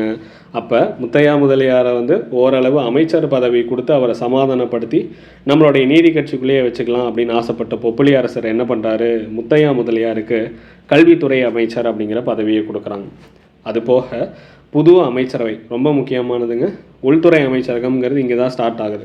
அப்போ உள்துறை அமைச்சகத்தை பிஃபோர் இண்டிபெண்டன்ஸ் உருவாக்குனது யாருன்னா பொப்பிலி அரசர். இப்போ பொப்பிலி அரசர் தான் உள்துறை அமைச்சரகத்தை உருவாக்குறார். இப்போ ரொம்ப முக்கியமான ஒரு டேட்டா. முதலாக உள்துறை அமைச்சரகத்தை இங்கே தான் பொப்பிலி அரசர் தான் உருவாக்குறார். அதுக்கப்புறம் ஆஃப்டர் இண்டிபெண்டன்ஸ்னால் ஓபி ராமசாமி, ஓமந்தூர் பி ராமசாமி தான் உள்துறை அமைச்சகத்தை உருவாக்குறாங்க. மோஸ்ட்லி என்ன பண்ணுவாங்கன்னா உள்துறை அமைச்சகத்தை வந்து தனி ஒரு அமைச்சகமாக இருந்துச்சு. நம்ம 1967க்கு அப்புறம் டிஎம்கே வந்து ஆட்சிக்கு வருது. அதுக்கப்புறம் சிஎம்ஏ வந்து ஹோம் அஃபேர்ஸை வந்து பார்த்துக்குவாங்க, அப்போ ஹோம் மினிஸ்ட்ரியை பார்த்துக்குவாங்கன்னு சொல்கிறாங்க. இருந்தாலும் 1956 அதுக்கப்புறம் வந்த காமராஜருடைய ஆட்சிகளில் என்ன பண்ணுறாங்க, பக்தவத்சலம்னு அவரை தனியாக உள்துறை அமைச்சராக்குறார். இப்போ பக்தவத்சல உள்துறை அமைச்சராக்குனது காமராஜர். அப்போ முறையாக உள்துறை அமைச்சரகம் அப்படிங்கிறது தொடங்குறது பொப்பிலி அரசர். அமைச்சராக இருந்தது முகமது உமான், அவர் தான் ஹோம் அஃபேர்ஸ் மினிஸ்ட்ரியை பார்த்துக்கிறார். அதுக்கப்புறம் ஏடி பன்னீர்செல்வம். அப்போ ஃபஸ்ட்டு ஹோம் மினிஸ்டர் யார் அப்படின்னா முகமது உமான். ஆஃப்டர் இண்டிபெண்டன்ஸ் அப்படின்னா நம்ம ஓபி ராமசாமியே உள்துறை அமைச்சகத்தை பார்த்துக்கிறார். அப்போ ஓரளவு சிஎம் தான் வந்து உள்துறையை பார்த்துக்கணும் அப்படிங்கிற ஒரு வழக்கம் டிஎம்கே ஆட்சி பொறுப்பேற்றதுக்கப்புறம் வந்துடுது. இருந்தாலும் காமராஜருடைய பீரியடில் பக்தவத்சலம் தான் உள்துறையே இருக்கார். இப்போ இதில் ஓபி ராமசாமியை படிக்கும் போது ஹோம்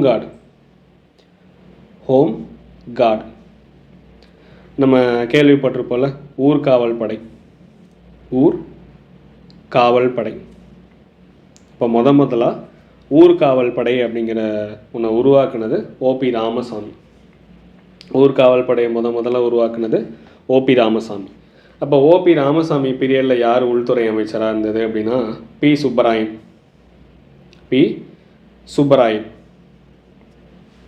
அப்போ மறுபடியும் இந்த ஸ்டோரி பார்த்துக்கோங்க. தலைமை கொறடாவா முத்தையா இருக்கார். முத்தையா முதலியார் வந்து பொப்பிலி அரசருக்கு கொடுத்துட்டு இருந்த ஆதரவை விலக்கிட்டார். அதனால் ஆர்கே சண்முகமும் ஆற்காடு ராமசாமியும் எலெக்ஷனில் தோற்று போயிடுறாங்க. அப்போ இதனால் கோபப்பட்ட பொப்பிலி அரசர் என்ன பண்ணுறாரு, அந்த தலைமை கொறடா பதவியிலிருந்து முத்தையா முதலியாரை நீக்கிடுறார். அப்போ இவரை நீக்கினதுனால முத்தையா முதலியார் கோபப்பட்டு என்ன பண்ணுறாரு, பொப்பிலி அரசாங்கத்துக்கு எதிராக நோ கான்ஃபிடன்ஸ் மோஷன், நம்பிக்கையில்லா தீர்மானத்தை கொண்டு வரார். அப்போ நம்பிக்கையில்லா தீர்மானம் கொண்டு வந்ததுக்கப்புறம் அவரை சமாதானப்படுத்துறதுக்காக பொப்பிலி அரசர் என்ன பண்ணுறாருன்னா கல்வித்துறை அமைச்சராக முத்தையா முதலியாரை நியமிக்கிறார். அப்போ இன்னும் எதிராக செயல்பட்டவங்களை எல்லாத்தையும் சமாதானப்படுத்தணும். அதுக்காகவே உள்துறை அந்த ஹோம் மினிஸ்ட்ரி, அந்த ஹோம் அஃபேர்ஸ் மினிஸ்ட்ரி அப்படிங்கிற புதுசாக ஒரு பதவியை உருவாக்கி அதனுடைய முதல் அமைச்சராக வந்து முகமது உமானை வந்து நியமிக்கிறார். அதுக்கப்புறம் ஏடி பன்னீர்செல்வம் வராங்க. அப்போ இண்டிபெண்டன்ஸுக்கு அப்புறம் முதல் ஹோம் மினிஸ்டர் யாருன்னா சுப்பராயன்.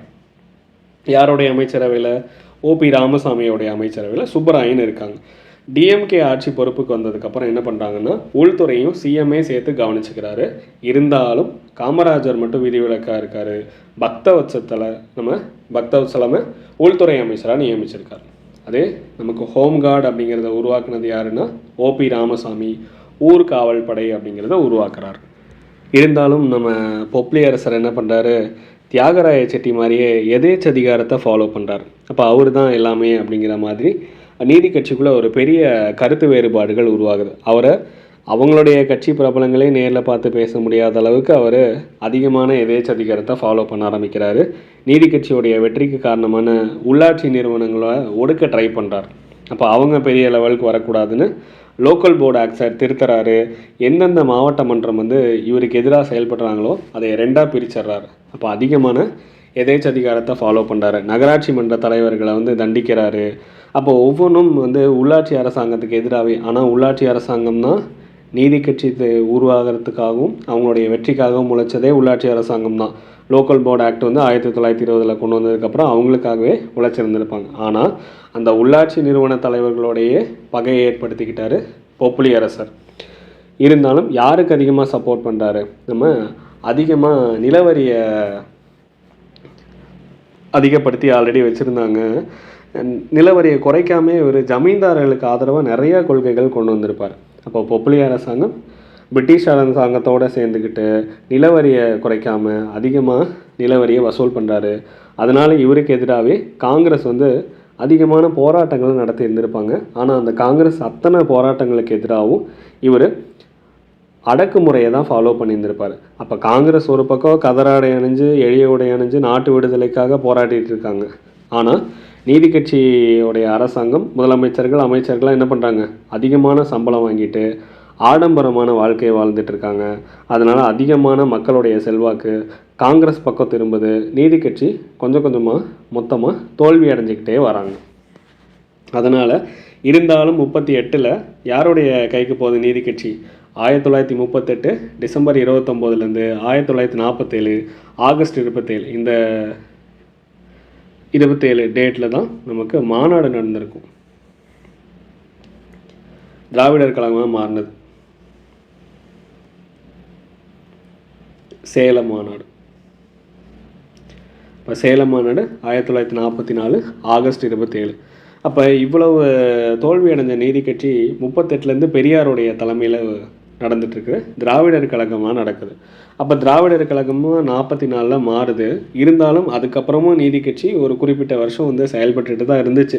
இப்போ 44 to 45 ராமச்சந்திர ரெட்டி தலைமையிலையும் 45 to 47 வரைக்கும் செயல்படுது. சுதந்திரம் வரைக்குமே இருக்குது. பிடி ராஜனுடைய தலைமையில் கடைசியாக வந்து பிடி ராஜன் ஓரளவு பெயரளவில் இவங்க தான் வந்து தலைவர்களாக இருக்காங்க. அதுக்கப்புறம் நீதி கட்சி வந்து அரசியல்லையே கிடையாது. ஓகேவா?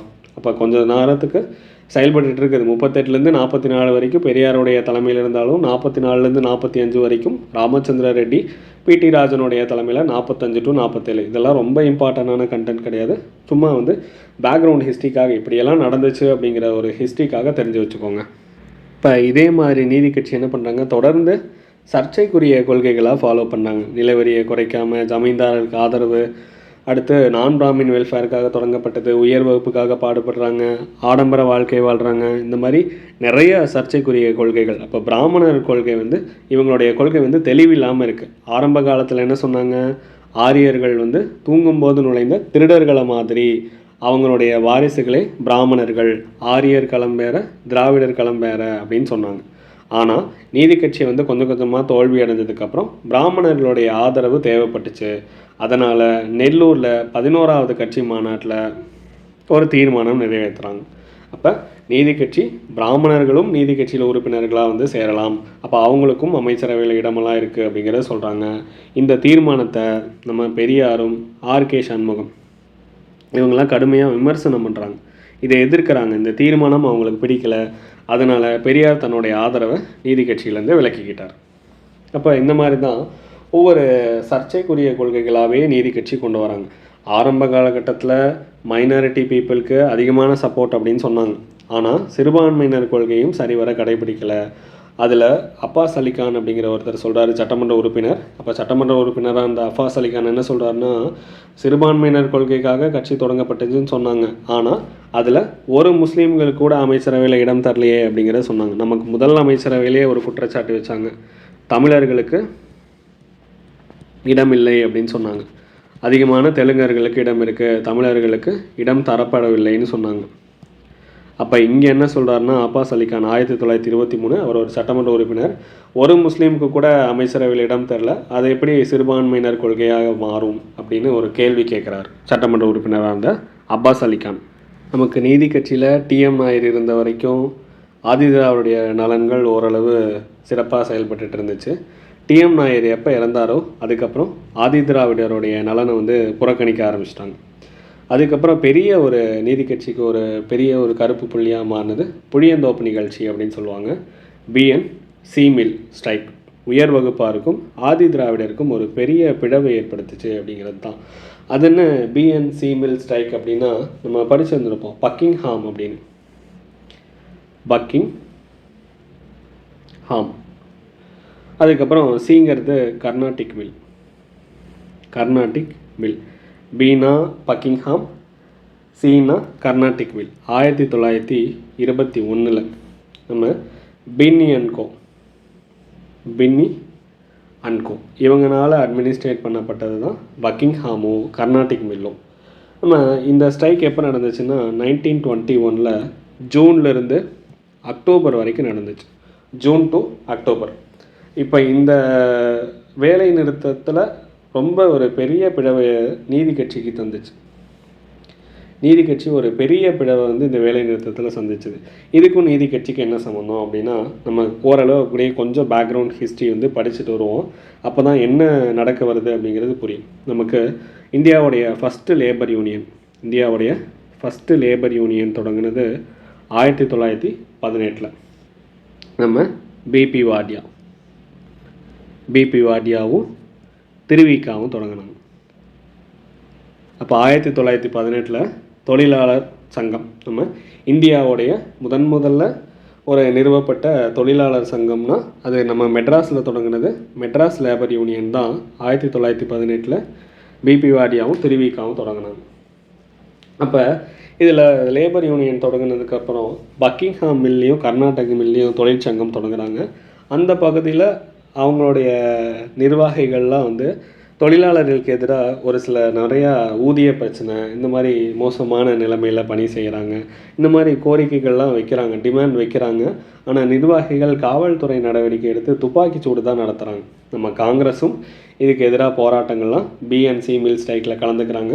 ஆக்சுவலாக பிஎன்சி மில் ஸ்ட்ரைக் வந்து காங்கிரஸார்கள் பெரிய அளவு சப்போர்ட் பண்ணாங்க. நம்ம ராஜாஜி, சத்யமூர்த்தி, கஸ்தூரி ரங்கர் ஐயங்கார் இவங்க எல்லாருமே அந்த பிஎன்சி மில் தொழிலாளர்களுக்கு ஆதரவாக தான் செயல்பட்டாங்க.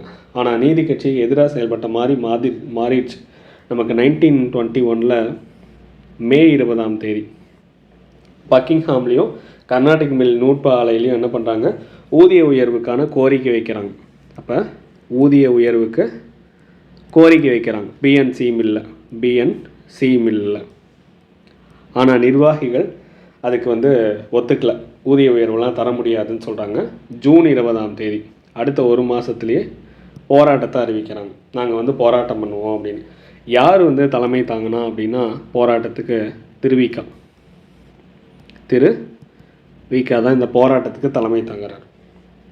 இந்த பிஎன்சி மில்லில் பேசி அதிகமான ஆதரவு திரட்டுறது யாருன்னா ராஜாஜி.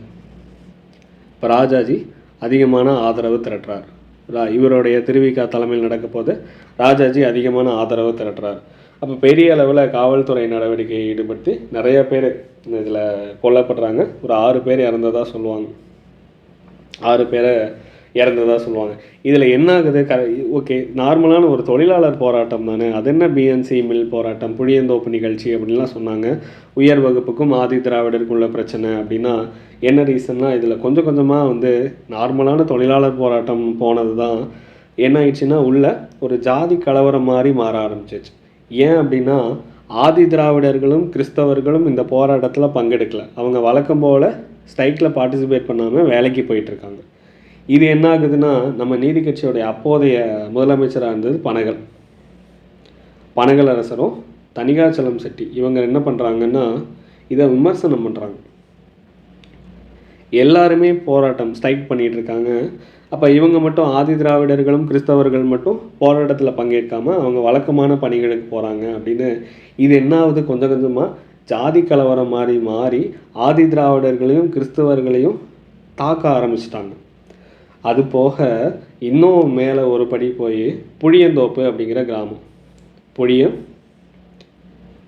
அப்படிங்கிற ஒரு கிராமத்தில் புகுந்து 1921 ஜூலை 28 1921 ஜூலை 28 அந்த புளியந்தோப்பு அப்படிங்கிற கிராமத்துக்குள்ளே புகுந்து ஆதி திராவிடர்கள் கிறிஸ்தவர்களுடைய குடிசைகளை எரிச்சு விட ஆரம்பிச்சிட்டாங்க. அதில் நிறையா பேர் இறந்துடுறாங்க. அப்போ இதில் காவல்துறை வந்து ஆதி திராவிடர்களுக்கு சப்போர்ட் பண்ணுறாங்க அப்படின்னு தியாகராய செட்டி வந்து ஒரு ஸ்டேட்மெண்ட் கொடுக்குறார். அப்போ இதனால் என்ன ஆகுது, அப்போ ஆதி திராவிடர்கள் நம்ம பிராமணர் அல்லாதவர்களுக்காக தொடங்கப்பட்ட கட்சியே இப்போ ஆதி திராவிடருக்கு எதிராக செயல்படுற மாதிரி இருக்குது. அதனால் நம்ம முன்னாடி ஆல்ரெடி சொன்னேன், எம்சி ராஜா ஆதி திராவிடர்களுடைய தலைவர் 1923 நீதி கட்சியை விட்டு விலகி போயிடுறார். அப்போ நீதி கட்சியை விட்டு அவர் எம்சி ராஜா அதனுடைய உறவை துண்டிச்சுக்கிறார். சரி, இந்த போராட்டம் ஜாதி கலவரம் தொடர்ந்துகிட்டே இருந்துச்சா அப்படின்னா அக்டோபர் எண்டில் வழக்கம் போல் நான் சொன்னேன்ல சமரச சித்தர். யார் அந்த சமரச சித்தர்? அதாவது நீதி கட்சியோடைய இதயம் நடேச முதலியார் நடந்தால் ஹார்ட்டுக்கு நல்லதுன்னு பார்த்தோமா. அப்போ இந்த நடேச முதலியார் தான் இங்கேயும் சமரசம் பேசி இந்த பிரச்சனையை முடிச்சு வைக்கிறாரு. அது போக நம்ம அந்த பகுதியில் சென்னை தொழிலாளர்களுடைய சங்க தலைவராக தியாகராய செட்டி தான் இருந்திருப்பார். நிறைய சங்கங்களுடைய தலைவராக தியாகராய செட்டியை செயல்பட்டிருப்பார். அப்போ அவர் என்ன பண்ணுறாரு, தொழிலாளர்களை மறுபடியும் வேலைக்கு வாங்க, உங்களுடைய கோரிக்கைகளாக ஏற்றுக்கிறோம் அப்படின்னு சொல்கிறாங்க. அப்போ இதுக்கான சமரசம் பேசியிருந்தது நடேச முதலியார், மறுபடியும் தொழிலாளர்களை வேலைக்கு கூப்பிட்டது தியாகராய செட்டி. இருந்தாலும் இவ்வளவு பண்ணாலுமே இருந்தாலும் நீதி கட்சிக்கு ஒரு பெரிய ஒரு கரும்புலியாக இருக்கிறது புளியந்தோப்பு நிகழ்ச்சி அப்படின்னு சொல்கிறாங்க. நம்ம பிஎன்சி மில் ஸ்ட்ரைக் உயர் வகுப்புக்கும் ஆதி திராவிடர்களுக்கும் இடையில ஒரு பெரிய பிளவை ஏற்படுத்தினது இதுதான். பீனா பக்கிங்ஹாம், சீனா கர்நாடிக் மில் 1921 பின்னி அண்ட் கோ தான் வந்து இதை அட்மினிஸ்ட்ரேட் பண்ணுறாங்க. அப்போ இவ்வளோ பெரிய பேக்ரவுண்ட் ஸ்டோரி இருக்குது. அப்போ இது ஓரளவு ஞாபகம் இருந்துச்சுன்னா இது என்ன புளியந்தோப்பு நிகழ்ச்சி அப்படின்னு ஈஸியாக நம்ம ஞாபகம் வச்சுக்கலாம். இந்த ஸ்டோரி நமக்கு தேவையில்லை. எதுக்காக இந்த ஸ்டோரி கேட்குறது அப்படின்னா கண்டென்ட் ஈஸியாக அப்போ ஞாபகம் வரும். இவ்வளோ பெரிய ஸ்டோரி இருந்துச்சு, அப்போ தான் வந்து இது நீதி கட்சிக்குள்ளே புளியந்தோப்பு நிகழ்ச்சி பிஎன்சி மில் ஸ்ட்ரைக் அப்படிங்கிறது நமக்கு தெரியும் 1921. ஓகேங்களா? இப்போ நீதி கட்சியோடைய தேசப்பற்று அப்படின்னு பார்க்கும்போது தேசப்பற்று காங்கிரஸோட நீதி கட்சிக்கு கொஞ்சம் கம்மியாக தான் இருந்துச்சு. ஏன்னா காங்கிரஸ் வந்து விடுதலை நோக்கமே செயல்பட்டு இருந்தாங்க. அப்போ பிரிட்டிஷாருக்கு ஆதரவு தான் தராங்க நீதி கட்சி. காந்தியடிகளுடைய ஒத்துழையாமை இயக்கத்தை எதிர்க்கிறாங்க, அன்னி பெசன்ட்டோடைய தன்னாட்சி இயக்கத்தை எதிர்க்கிறாங்க. இன்னொன்று முக்கியமாக ஜாலியன் வாலாபாக்கை கண்டிக்க கூட இல்லை அப்படின்னு சொல்கிறாங்க. இப்போ நீதி கட்சியினர் ஜாலியன் வாலாபாக்கை கண்டித்து ஒரு அறிக்கை கூட வெளியிடலை அப்படிங்கிறத சொல்கிறாங்க. இன்னொன்று முக்கியமாக இது ஒரு ஒற்றை குறிக்கோள் கட்சி தான். ஆரம்பத்துலேருந்தே சொல்லிகிட்டு இருக்கோம், வகுப்பு வாரி மட்டும்தான் இதனுடைய குறிக்கோளாக இருக்குது. வகுப்பு வாரி நிறைவேறினதுக்கப்புறம் தேசிய நீரோட்டத்திலேருந்து விலகிடுச்சு அப்படின்னு சொல்கிறாங்க. அப்போ வகுப்பு வாரி நிறைவேறினதுக்கப்புறம் அந்த நீதி கட்சி தன்னுடைய சரிவு பாதையை நோக்கி பயணம் போக ஆரம்பிச்சிருச்சு. அப்போ இது ஒரு தேசியவாத கட்சியெல்லாம் கிடையாது, பிராந்தியவாத ஒரு கட்சியாக தான் நீதி கட்சிங்கிறது செயல்படுது அப்படிங்கிறது சொல்கிறாங்க. அப்போ இவ்வளவு விமர்சனங்கள் நீதி கட்சியை பற்றி. நீதி கட்சி வந்து ஒற்றை குறிக்கோள் கட்சி, பிரிட்டிஷாருக்கு ஆதரவாக செயல்படுறாங்க, புளியந்தோப்பு நிகழ்ச்சி ஒரு பிரச்சனை, அதுக்கப்புறம் டிஎம் நாயர் இறந்ததுக்கப்புறம் ஆதி திராவிட நலனை புறக்கணிச்சிட்றாங்க, சிறுபான்மையினர் கொள்கை வந்து சரிவர பயன்படுத்தலை. அப்பாஸ் அலிகான் சொல்லியிருந்திருப்பார் 1923 ஒரு முஸ்லீம்களுக்கு கூட அமைச்சரவையில் இடம் தரலை அப்படின்னு. பெரியார் வந்து தன்னோட ஆதரவு விலக்கிக்கிட்டார். ஏன்னா பிராமணர்களுக்கும் நீதி கட்சியுடைய கதவுகள் திறக்கப்பட்டது அப்படின்னு நெல்லூரில் 11வது காங்கிரஸ் மாநாட்டில் தீர்மானம் நிறைவேற்றினாங்க. அது யாருக்குமே பிடிக்கல ஆர்கே சண்முகத்துக்கு. அதுக்கப்புறம் பிராமணர்களுடைய ஆதரவு பெற முயன்றது. பிராமணர்களுடைய கொள்கை வந்து இந்த பிராமணர் அல்லாதோர் பிராமணர் இந்த கொள்கை வந்து தெளிவில்லாமல் இருந்துச்சு. ஏன்னா ஆரியர்கள் வந்து தூங்கும்போது நுழைந்த திருடர்களை போன்றவர்கள், அவங்களுடைய வாரிசுகளே பிராமணர்கள், ஆரியர் களம் வேற திராவிடர் களம் வேற அப்படின்லாம் சொல்லியிருந்தாங்க. இருந்தாலும் இவங்களுடைய கொள்கை அடுத்து ஒரு சில ஆண்டுகள்லேயே பிராமணர்களுக்கும் அதனுடைய கதவுகள் திறக்கப்படுது அப்படின்னு சொன்னதுனால கொள்கையில் ஒரு தெளிவின்மையை கடைபிடிக்கிறாங்க அப்படிங்கிறது சொல்கிறாங்க விமர்சனங்கள். இப்போ எவ்வளவு விமர்சனங்கள் வச்சாலுமே நீதி கட்சியுடைய ஒரு சில கொடுக்கப்பட்ட துறைகளில் பிரிட்டிஷ் அரசாங்கம் எல்லா துறைகளும் கொடுக்கல. வருமானம் இல்லாத ஒரு சில குறிப்பிட்ட துறைகள், வருமானம் வரதெல்லாம் பிரிட்டிஷ் அரசாங்கத்துக்கிட்ட இருந்துச்சு. வருமானம் இல்லாத பெரிய அளவில் பவர் இல்லாத செலவாகிற துறைகள் மட்டும்தான் இரட்டை ஆட்சியில் கொடுத்துருந்தாங்க. ஆனால் அந்த கொடுக்கப்பட்ட துறைகள்லேயும் நீதி கட்சி அவங்களுடைய மேக்ஸிமம் அவங்களுடைய கண்டென்ட் எவ்வளோ அவங்களால எஃபோர்ட் கொடுக்க முடியுமோ அவ்வளோ எஃபோர்ட் கொடுத்து பெரிய அளவில் சாதனை பண்ணியிருக்காங்க. அப்போ இருந்தாலும் நீதி கட்சி தற்கால தமிழ்நாட்டு வரலாற்றில் ஒரு திருப்பு முனையாக தான் இருந்துச்சு அப்படின்னு சொல்கிறாங்க. அப்போ என்னென்னலாம் பெரிய அளவில் அவங்க சாதனை படைச்சிருக்காங்க. பிராமணர் அல்லாதோர் அவங்களுடைய சார்பாக தொடங்கப்பட்ட முதல் அரசியலமைப்பாக நமக்கு நீதி கட்சி தான் இருந்திருக்கு. அப்போ குரல் இல்லாமல் இருந்த நான் பிராமினுடைய குரலாக செயல்பட்டது நீதி கட்சியோடைய அந்த பிராமணர் அல்லாதோர் பிரகடனம் அப்படின்னு ஒன்று வெளியிட்டு இருந்திருப்பாங்க. அப்போ பிராமணர் அல்லாதோர் பிரகடனம்னா நம்ம தியாகராயர் வெளியிட்டது. தியாகராயர் அவர் வெளியிட்டது தான் பிராமணர் அல்லாதோருடைய குரலாக ஒழிச்சுது அப்படின்னு சொல்கிறாங்க. அப்போ முக்கியமான ஒரு சில குறிப்பிட்ட சாதனைகள் என்ன, வகுப்பு வாரி பிரதிநிதித்துவ அரசாங்க ஆணை 1921 செப்டம்பர் 16, அடுத்து 1922 ஆகஸ்ட் 15 கொண்டு வந்தது வகுப்பு வாரிய ஆணைகள். அப்போ இதனுடைய அடிப்படையில் தான் பிற்காலத்தில் இடஒதுக்கீடே கொண்டு வர ஆரம்பித்தாங்க. அப்போ முக்கியமான ஒரு சாதனையாக வகுப்பு வாரி இருக்குது. அதுக்கப்புறம் இவங்களுடைய புரட்சிகர சீர்திருத்தம் என்ன அப்படின்னா 1922 டிசம்பர் 18 இந்து சமய அறநிலைய சட்டம் கொண்டு வந்தாங்க. அந்த மசோதா தாக்கல் பண்ணாங்க. எப்போ இம்ப்ளிமெண்ட் ஆச்சு அப்படின்னா 1925 இம்ப்ளிமெண்ட் ஆச்சு.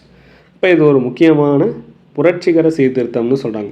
அதுவும் முன்னேற்ற நடவடிக்கைகளில் பார்த்தோம்னா 1919 மாண்டகி ரீஃபார்மில் பெண்கள் வந்து அரசியலில் பங்கெடுக்க தடை விதிச்சிருந்தாங்க. அப்போ 1921 ஏப்ரல் 1 பெண்களும் அரசியலில் பங்கெடுக்கலாம் அப்படிங்கிற தீர்மானத்தை கொண்டு வந்து அதன்படி 1926 டாக்டர் முத்துலட்சுமி ரெட்டி வந்து கலந்துக்கிட்டாங்க அரசியலில். அதுபோக மதிய உணவு திட்டத்துக்கு இவங்களுடைய 1920 செப்டம்பர் 16 அன்னைக்கு தீர்மானம் நிறைவேற்றப்பட்ட காலை உணவு திட்டம் தியாகராயர் தொடங்கினது தான் இந்த மதிய உணவு திட்டத்துக்கு ஒரு முன்னோடி திட்டமாகவும் அடித்தளமாகவும் இருந்துச்சு. இதை பார்த்து இதுக்கு பின்னாடி வந்த சிஎம் எல்லாம் இன்ஸ்பைரேஷனாக எடுத்துக்கிட்டாங்க. அதுபோக ஒரு துணிச்சல் மிக்க சமூக சீர்திருத்தம் அப்படிங்கிறது பஞ்சமர்கள், இந்த மாதிரி தாழ்த்தப்பட்டவர்கள், இந்த மாதிரி ஒதுக்கப்பட்டவர்களை எல்லாம் சொல்லாமல் ஆதி திராவிடர் அப்படிங்கிற வார்த்தையை பயன்படுத்துங்கன்னு 1922 சொல்லியிருந்திருப்பாங்க. அப்போ தாழ்த்தப்பட்டவர்கள், ஒதுக்கப்பட்டவர்கள், பஞ்சமர்கள் இந்த வார்த்தையெல்லாம் பயன்படுத்தாதீங்க, அதுக்கு பதிலாக ஆதி திராவிடர் அப்படிங்கிற வார்த்தையை பயன்படுத்துங்கன்னு சொல்லி 1922 நீதி கட்சி தீர்மானம் நிறைவேற்றியிருப்பாங்க. அதுபோக 1920 லோக்கல் போர்டு ஆக்ட் கொண்டு வந்தாங்க. லோக்கல் போர்டு ஆக்ட் 1920 கொண்டு வந்திருந்தாங்க. அப்போ இது புள்ளிதழ் ஜனநாயகம், நம்ம உள்ளாட்சி அரசாங்க அமைப்புகளுக்கு ஒரு புத்துயிர் அளிக்கக்கூடிய ஒரு சட்டமாக தான் இருந்துச்சு உள்ளாட்சி அமைப்பு சட்டம் 1920. ஆனாலும் அதிகார பகிர்வு கொடுத்தாங்க. இருந்தாலும் என்னாச்சு, அந்த உள்ளாட்சி அமைப்புகளுக்கு தான் கடைசியாக ஆதரவு தராமல் போயிட்டாங்க. அடுத்து பட்டாமனைகள், இலவச பட்டாமனைகள் வழங்கக்கூடிய திட்டம். அப்போ ஓரளவு கொடுக்கப்பட்ட துறைகளில் நீதி கட்சி வந்து பெரிய அளவில் சாதனை படைச்சிருக்காங்க அப்படிங்கிறது தான் உண்மை. அது போக இது ப்ரீவியஸ் இயர் கொஷினா, Madras state aid to industries act. நம்ம மெட்ராஸ் மாநில தொழிற்சாலைகளுக்கு தொலைநோக்கூடிய பொருளாதார உதவி சட்டம் 1922. இதுவும் நீதி கட்சியோடைய ஒரு பொருளாதார சாதனை தான். இப்போ இந்த அளவுக்கு கொடுக்கப்பட்ட துறைகளில் நீதி கட்சி வந்து அவங்களுடைய பங்களிப்பை கொடுத்துருக்காங்க. நீதி கட்சியுடைய ஆட்சியில் வரலாறு காண வளர்ச்சி அடைஞ்சது எது, சென்னை பகுதி வந்து வரலாறு காணாத வளர்ச்சி அடைஞ்சதுன்னு சொல்கிறாங்க. நிறையா குடியிருப்பு காலனிகள்லாம் உருவாக்குனாங்க. இப்போ 1925 என்ன சொல்லியிருக்காங்க, இந்த காலனிகள் அப்படிங்கிற வார்த்தை பயன்படுத்தக்கூடாது அப்படிங்கிறது தமிழ்நாடு அரசு அரசாணையை பிறப்பிச்சிருக்காங்க. காலனிங்கிற வார்த்தையை பயன்படுத்தக்கூடாது. நவம்பர் 19 அதெல்லாம் நீக்க சொல்லியிருந்திருப்பாங்க. அப்போ குடியிருப்பு காலனிகள் உருவாக்குனாங்க. Madras town planning act, Chennai நகர திட்டம் வந்து போட்டிருந்தாங்க. அந்த திட்டத்தை வச்சு மெட்ராஸ் நகரத்தை அதுக்கு நிறைய பெரிய அளவில் வளர்ச்சி அடைய செஞ்சுருப்பாங்க. இப்போ எக்ஸாம்பிள் பார்க்கணுன்னா நுங்கம்பாக்கம் நீர்நிலையம் வச்சுருந்துருப்பாங்க. மருமலான் அப்படிங்கிற கிராமத்தை மாம்பழம்னு உருவாகியிருந்திருக்கும். தியாகராய நகர் உருவாச்சு. பனகல் பார்க் வந்து உருவாச்சு. Usman road, Habibullah road, Thanikachalam road, Natesan பூங்கா, பாண்டி பஜார் இத்தனையும் வந்து உருவாகியிருந்திருக்கும். இதில் ரொம்ப முக்கியமானது இந்தியன் ஸ்கூல் ஆஃப் மெடிசன், இந்திய மருத்துவ பள்ளி அப்படிங்கிறது 1924 உருவாயிருந்திருக்கும். ஸ்கூல் ஆஃப் இந்தியன் மெடிசன்னு சொல்லுவாங்க. School of Indian medicine, Indian medicine 1924 உருவாயிருந்திருக்கும். இது யாருடைய ரெக்கமெண்டேஷன் அப்படின்னா, recommendation Usman committee. Usman committee. இப்போ உஸ்மான் கமிட்டியோட ரெக்கமெண்டேஷன் அடிப்படையில் தான் இங்கே கூட பார்த்தோம்ல உஸ்மான் ரோடு அவருடைய பேரில் தான் வச்சுருப்பாங்க. அப்போ அவருடைய கமிட்டி ரெக்கமெண்டேஷன் தான் 1921 அந்த கமிஷன் போட்டு வந்திருப்பாங்க. அப்போ அவருடைய கமிஷன் 1921 போட்டு 1924 1924 ஸ்கூல் ஆஃப் இந்தியன் மெடிசன் உருவாக்கிட்டாங்க. அதுக்கான நிலத்தை கொடுத்தது யார் அப்படின்னா ராஜா ஆஃப் பனகல். ராஜா ஆஃப் பனகல் அவர் தான் அதுக்கான நிலத்தை கொடுத்துருந்துருப்பாங்க. இதுதான் என்ன அவங்களுடைய அடிப்படையில் உருவாச்சு அப்படின்னா 1925 ஜனவரி 6 அவர் நிலத்தெல்லாம் கொடுத்து பெரிய அளவில் ஒரு மருத்துவ பள்ளியை தொடங்கினாங்க. அதுதான் இன்றைக்கி என்னவா இருக்குது, கீழ்பாக் மெடிக்கல் காலேஜாக இருக்குது.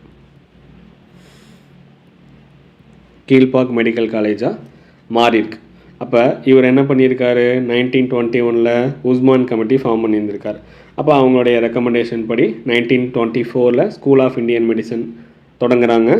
1925 ஜனவரி 6 அவருடைய ப்ராப்பர்ட்டியெல்லாம் கொடுக்குறாரு.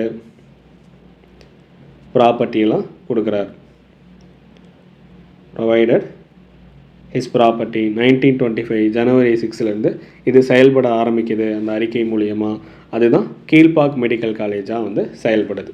கீழ்பாக்க மருத்துவக் கல்லூரி, ராஜா ஆஃப் பானகல். அப்போ 1924 ஸ்கூல் ஆஃப் இந்தியன் மெடிசன். அடுத்து 1929 நமக்கு அண்ணாமலை பல்கலைக்கழகம் உருவாகுது. இது யாருடைய பரிந்துரை அப்படின்னா சிவஞானம் பிள்ளை அப்படிங்கிற ஒருத்தருடைய பரிந்துரையோட அண்ணாமலை பல்கலைக்கழகம் 1929 உருவாகுது. இந்த ரெக்கமெண்டேஷன் எப்போன்னா 1926 மார்ச் 22 தான் இந்த ரெக்கமெண்டேஷன் கொடுக்குறாங்க. அதனுடைய அடிப்படையில் 1929 அண்ணாமலை பல்கலைக்கழகம் உருவாகுது. இப்போ நம்ம ஆரம்பத்துலேருந்தே சொல்லிகிட்டு இருக்கோம், டையாருக்கு கீழே நிர்வாகம் 2ஆக பிரிச்சிருப்பாங்க. அப்போ 2ஆக பிரித்து டிரான்ஸ்ஃபர்டு சப்ஜெக்ட் பிரித்து கொடுக்கப்பட்ட துறைகள்னு சொல்கிறாங்க. அது என்னென்ன பிரித்து கொடுக்கப்பட்ட துறைகள்? கல்வி, பொதுப்பணி, விவசாயம், உள்ளாட்சி, மருத்துவ நிர்வாகம், தொழில், கல்வி வளர்ச்சி, ஆராய்ச்சி, இந்த மாதிரி செலவாகிற துறைகள்லாம். ரிசர்வ் சப்ஜெக்ட்னால் அவங்க நம்ம பிரிட்டிஷ் அரசாங்கம் வச்சுருக்கிறது. காவல், நீதி நிர்வாகம், நில வருவாய், சிறைகள், தொழில் தகராறு தீர்த்தல், இந்த மாதிரி முக்கியமான துறைகள்லாம் அவங்கக்கிட்ட இருக்குது. இருந்தாலும் நீதி கட்சி கொடுக்கப்பட்ட துறைகளில் பெரிய அளவில் சாதனை படைச்சாங்க தான். இப்போ நிலையான ஆட்சி கொடுத்துருக்காங்க. ஒரு ஸ்டேபிள் கவர்மெண்ட்டாக நீதி கட்சி இருந்துச்சு. இப்போ என்ன எக்ஸாம்பிள் சொல்லணுன்னா, மக்கள் நலன் தான் சம்மந்தப்பட்ட துறைகளை நிர்வகிக்கிற பொறுப்பு கொண்ட அனுபவம் கிடைச்சிது. அப்போ அதை பார்த்து பின்னாடி வந்த அரசியல் கட்சிகள் இவங்கள பார்த்து நிறையா கற்றுக்க ஆரம்பித்தாங்க. அதுபோக சட்டமன்றத்தில் யார் மெஜாரிட்டி வாங்கியிருக்காங்களோ அந்த கட்சி தலைவரை தான் ஆட்சி அமைக்கிறதுக்கு ஆளுநர் கூப்பிடுவார் அப்படிங்கிற ஒரு வழக்கம் இதிலேருந்து உருவாக ஆரம்பிக்குது. நிறையா வழக்கங்கள் இதுலேருந்து இந்த நிறைய லேர்ன் பண்ணியிருப்பாங்க இந்த பீரியடில். அமைச்சரவையுடைய கலெக்டிவ் ரெஸ்பான்சிபிலிட்டி, அமைச்சரவையுடைய கூட்டு பொறுப்பு வந்து இங்கே தான் உருவாயிருந்திருக்கும். சட்டசபையோடைய முடிவுக்கு உறுப்பினர்கள்லாம் கட்டுப்படணும் அப்படிங்கிற ஒரு வழக்கம் வந்து உருவாயிருந்திருக்கும்.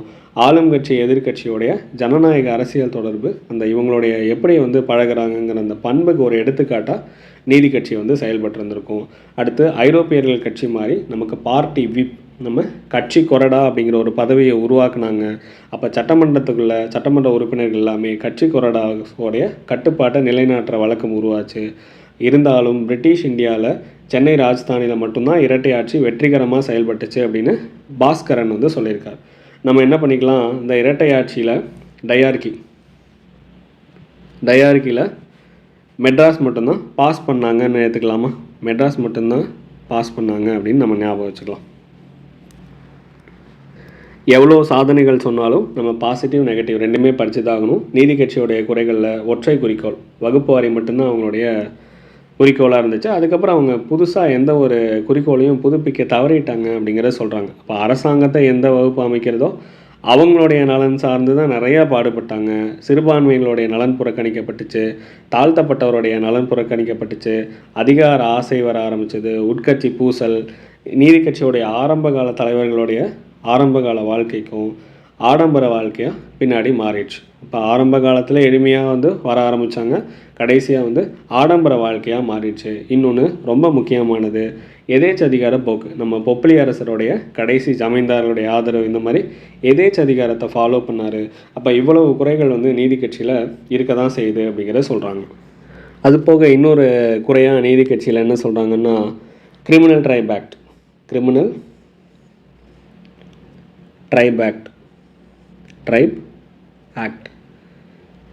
1871 கொண்டு வந்திருப்பாங்க. குற்ற பழங்குடியினர் சட்டம்னு சொல்கிறாங்க. பழங்குடியினர் சட்டம் இது என்ன பண்ணுறாங்கன்னா, பிராமணர் அல்லாத சமூகத்தை குற்றவாளியாக இதை வந்து மென்ஷன் பண்ணுவாங்க. அப்போ இந்த சட்டத்தை வந்து அவங்க நீக்காமல் போனது மிகப்பெரிய ஒரு சமுதாய தவறுன்னு சொல்கிறாங்க. அப்போ இந்த சட்டத்தை கண்டினியூ பண்ணியிருக்கிறாங்க, இதை நீக்காமல் போயிட்டாங்க. அப்போ இது ஒரு மிகப்பெரிய அளவில் ஒரு சமுதாய தவறாக வந்து சொல்கிறாங்க. அப்போ இந்த சட்டத்தை நம்ம இண்டிபெண்டன்ஸுக்கு அப்புறம் தான் 1949 கேன்சல் பண்ணுறோம். அடுத்து 1952 பழங்குடியினர் பட்டியல் உருவாகுது. பழங்குடியினர் பட்டியலில் என்ன பண்ணுறாங்க, டிஎன்டின்னு சொல்கிறாங்க. டிஎன்டினா டீநோட்டிஃபைடு ட்ரைப். அப்போ ஏற்கனவே இந்தந்த சட்டங்களில் எந்தெந்த சமூகங்கள்லாம் இருந்துச்சோ நம்ம நீதி கட்சி அதை நீக்க தவறிடுச்சு. அப்போ இதுக்குள்ளே இருந்த பழங்குடியினர் சமூகங்கள், அதாவது இந்த குற்ற பழங்குடியினர் அப்படிங்கிற சட்டத்துக்குள்ளே என்னென்ன பழங்குடியினர்லாம் வந்து உள்ள நேம் மென்ஷன் பண்ணியிருந்தாங்களோ அந்த சமூகத்தை மட்டும் டிஎன்டின்னு மென்ஷன் பண்ண ஆரம்பிச்சிட்டாங்க. Denotified try. ஓகேங்களா? அப்போ டீநோட்டிஃபைடு ட்ரைப்னு அதாவது குறிப்பிடத்தக்க பழங்குடியினர் அப்படின்னா அவங்கள மட்டும் அவங்களுக்கு ஒரு சில குறிப்பிட்டு தனியாக பிரித்து வைக்கிறாங்க, அவங்களுக்கான சலுகைகள் எல்லாமே கொடுக்கறதுக்கு. அப்போ குற்றப்பழங்குடியினர் சட்டம் அப்படிங்கிறது இண்டிபெண்டன்ஸுக்கு அப்புறம் நீக்கிட்டாங்க. அப்போ இது நீதி கட்சி வந்து நீக்காதது ஒரு மிகப்பெரிய சமுதாய தவறாக பார்க்குறாங்க. அப்போ ஆரம்ப காலகட்டத்தில் பிராமணர் அல்லாதவர்களுக்காக தொடங்கப்பட்ட நீதி கட்சி பின்னாடி வர வர பிராமணர்களுக்கும் அதனுடைய கதவுகள் திறக்கப்படுதுன்னு சொன்னாங்க. இது ஒரு தெளிவற்ற ஒரு கோட்பாடு கொள்கையாக தான் இருந்துச்சு அப்படின்னு நிறைய பேர் விமர்சனம் பண்ணியிருந்தாங்க. வகுப்பு வாரி மட்டும்தான் அதனுடைய கொள்கையாக இருந்திருக்கு. ஒற்றை குறிக்கோளை தவிர நீதி கட்சிக்கு பெரிய அளவில் புதுப்பிக்க தவறிட்டாங்க. சிறுபான்மை நலன் வந்து புறக்கணிக்க ஆரம்பித்தாங்க. உட்கட்சி பூசல் ஆரம்பித்தது. ஆடம்ப வாழ்க்கை வந்து வாழ ஆரம்பித்தாங்க. அரசாங்கத்தை எந்த வகுப்பு அமைக்குதோ அந்த வகுப்பாருடைய நலனுக்காக மட்டும்தான் பாடுபட்டாங்க அப்படின்னு நீதி கட்சியை பற்றி நிறையா விமர்சனங்கள் வருது. இருந்தாலும் அவங்க குறிப்பிட்ட அளவில் சாதனை படைச்சு ஒரு ஆட்சி எப்படி அமைக்கணும், பார்ட்டி விப் அப்படிங்கிற ஒரு கட்சி அவங்களுக்கு அந்த உறுப்பினர் தான் அந்த அவர் சொல்கிறத எல்லா உறுப்பினர்களும் கட்டுப்படணும் வழக்கு நீதி கட்சியில் தான் உருவாச்சு. பெரும்பான்மை பெற்ற அரசாங்கத்தை ஆளுநர் அமைக்கணும் அப்படிங்கிற வழக்கம் நீதி கட்சியிலேருந்து உருவாச்சு. நிறையா நீதி கட்சியிலேருந்து பின்னாடி வந்த அரசியல் கட்சிகள் வந்து கற்றுருக்காங்க. இப்போ ஆரம்ப காலத்தில் நீதி கட்சி பிரிட்டிஷோடைய ஆதரவோடு தான் இருந்திருக்காங்க. அதுக்கப்புறம் நிறைய நீதி கட்சியோடைய அரசியலமைப்பில் ஸ்வராஜ் அப்படிங்கிற வார்த்தையை பயன்படுத்தியிருக்காங்க. ஸ்வராஜ் அப்படிங்கிற ஒரு வார்த்தையை நீதி கட்சியோடைய அரசாங்கத்தில் பயன்படுத்தியிருக்காங்க. அப்போ நீதி கட்சி வந்து ஜாலியன் வாலாபாக்கு கண்டிக்க தவறிட்டாங்க அப்படிங்கிறத ஒன்று மென்ஷன் பண்ணாங்க. ஆனால் நீதி கட்சியோடைய 4வது ஆண்டு கூட்டம், நீதி கட்சியோடைய 4வது ஆண்டு கூட்டத்தில் ஜாலியன் வாலாபாக்கு எதிராக குரல் கொடுத்ததாக சொல்கிறாங்க. நீதி கட்சியோடைய 4வது ஆண்டு கூட்டத்தில் ஜாலியன் வாலாபாக்கை எதிர்த்து குரல் கொடுத்ததாக வந்து தீர்மானம் நிறைவேற்றதான் சொல்லியிருக்காங்க. அப்போ இவங்களும் நேஷ்னலிசத்தை ஃபாலோ பண்ணியிருக்காங்க. ஆனால் நேஷ்னலிசத்தை விட ரீஜனலிசம் தான் அதிக முக்கியத்துவம் கொடுத்துருக்குறாங்க. அப்போ பிரிட்டிஷ் ஆட்சியில் நம்பிக்கையுடைய நீதி கட்சி என்ன பண்ணுறாங்க, திராவிட இயக்கத்தோடைய ஒரு அரசியல் கிளையாக இருந்துச்சு அப்படின்னு சொல்கிறாங்க. அப்போ பிரிட்டிஷ் ஆட்சியில் நம்பிக்கை யாருக்கு, நீதி கட்சிக்கு. பிரிட்டிஷ் ஆட்சியில் நம்பிக்கை, அது போக திராவிட இயக்கத்தோடைய ஒரு அரசியல் கிளை, திராவிட இயக்கத்தோடைய ஒரு அரசியல் கிளையாக வந்து நீதி கட்சி செயல்பட்டுச்சுன்னு சி. சுப்பிரமணியம் குறிப்பிட்டார். இப்போ பிரிட்டிஷ் அரசாங்கத்தோடைய நம்பிக்கையோடு இருந்த நீதி கட்சி திராவிட இயக்கத்தோட ஒரு அரசியல் கிளையாக இருந்ததாக சி. சுப்பிரமணியம் மென்ஷன் பண்ணுறாங்க. அப்போ இருந்தாலும் நீதி கட்சியோடைய எழுச்சி நம்ம தற்கால தமிழ்நாடு வரலாற்றில் ஒரு டேர்னிங் பாயிண்ட்டாக தான் இருந்துச்சு அப்படிங்கிறத சொல்லியிருக்காங்க. இப்போ மோஸ்ட்லி நம்ம நீதி கட்சிங்கிறது இவ்வளோ தான். 1920 1937 வரைக்கும் நீதி கட்சியோடைய ஃபுல் கண்டென்ட் மேக்ஸிமம் என்னென்ன இருக்கோ அது எல்லாமே கவர் பண்ணிட்டோம். எந்த பாயிண்ட்டுமே மிஸ் பண்ணல.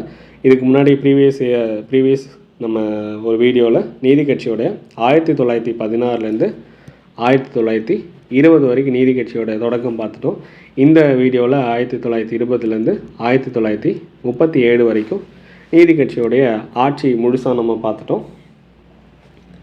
இப்போ மோஸ்ட்லி எல்லாமே கவர் பண்ணியாச்சு. நீங்கள் இதை படித்தாலே போதும். இதுக்கான பிடிஎஃப்பும் நம்ம லிங்க்கு கொடுத்துடலாம். ஸோ இதை படித்தாலே போதும். ஸ்டோரிக்காக வேணால் புக் வந்து ரீட் பண்ணிக்கோங்க.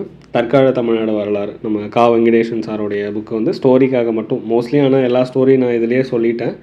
எக்ஸ்ட்ராவும் நிறையா கண்டென்ட்டு சொல்லியிருந்திருப்பேன். இந்த கண்டென்ட்டே போதும். இதுக்கு மேலே அந்த புக்கில் மோஸ்ட்லி எதுவும் கவர் பண்ணுற மாதிரிலாம் இருக்காது. எல்லாமே சொல்லியாச்சு.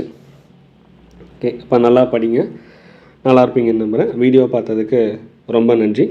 Stay tune.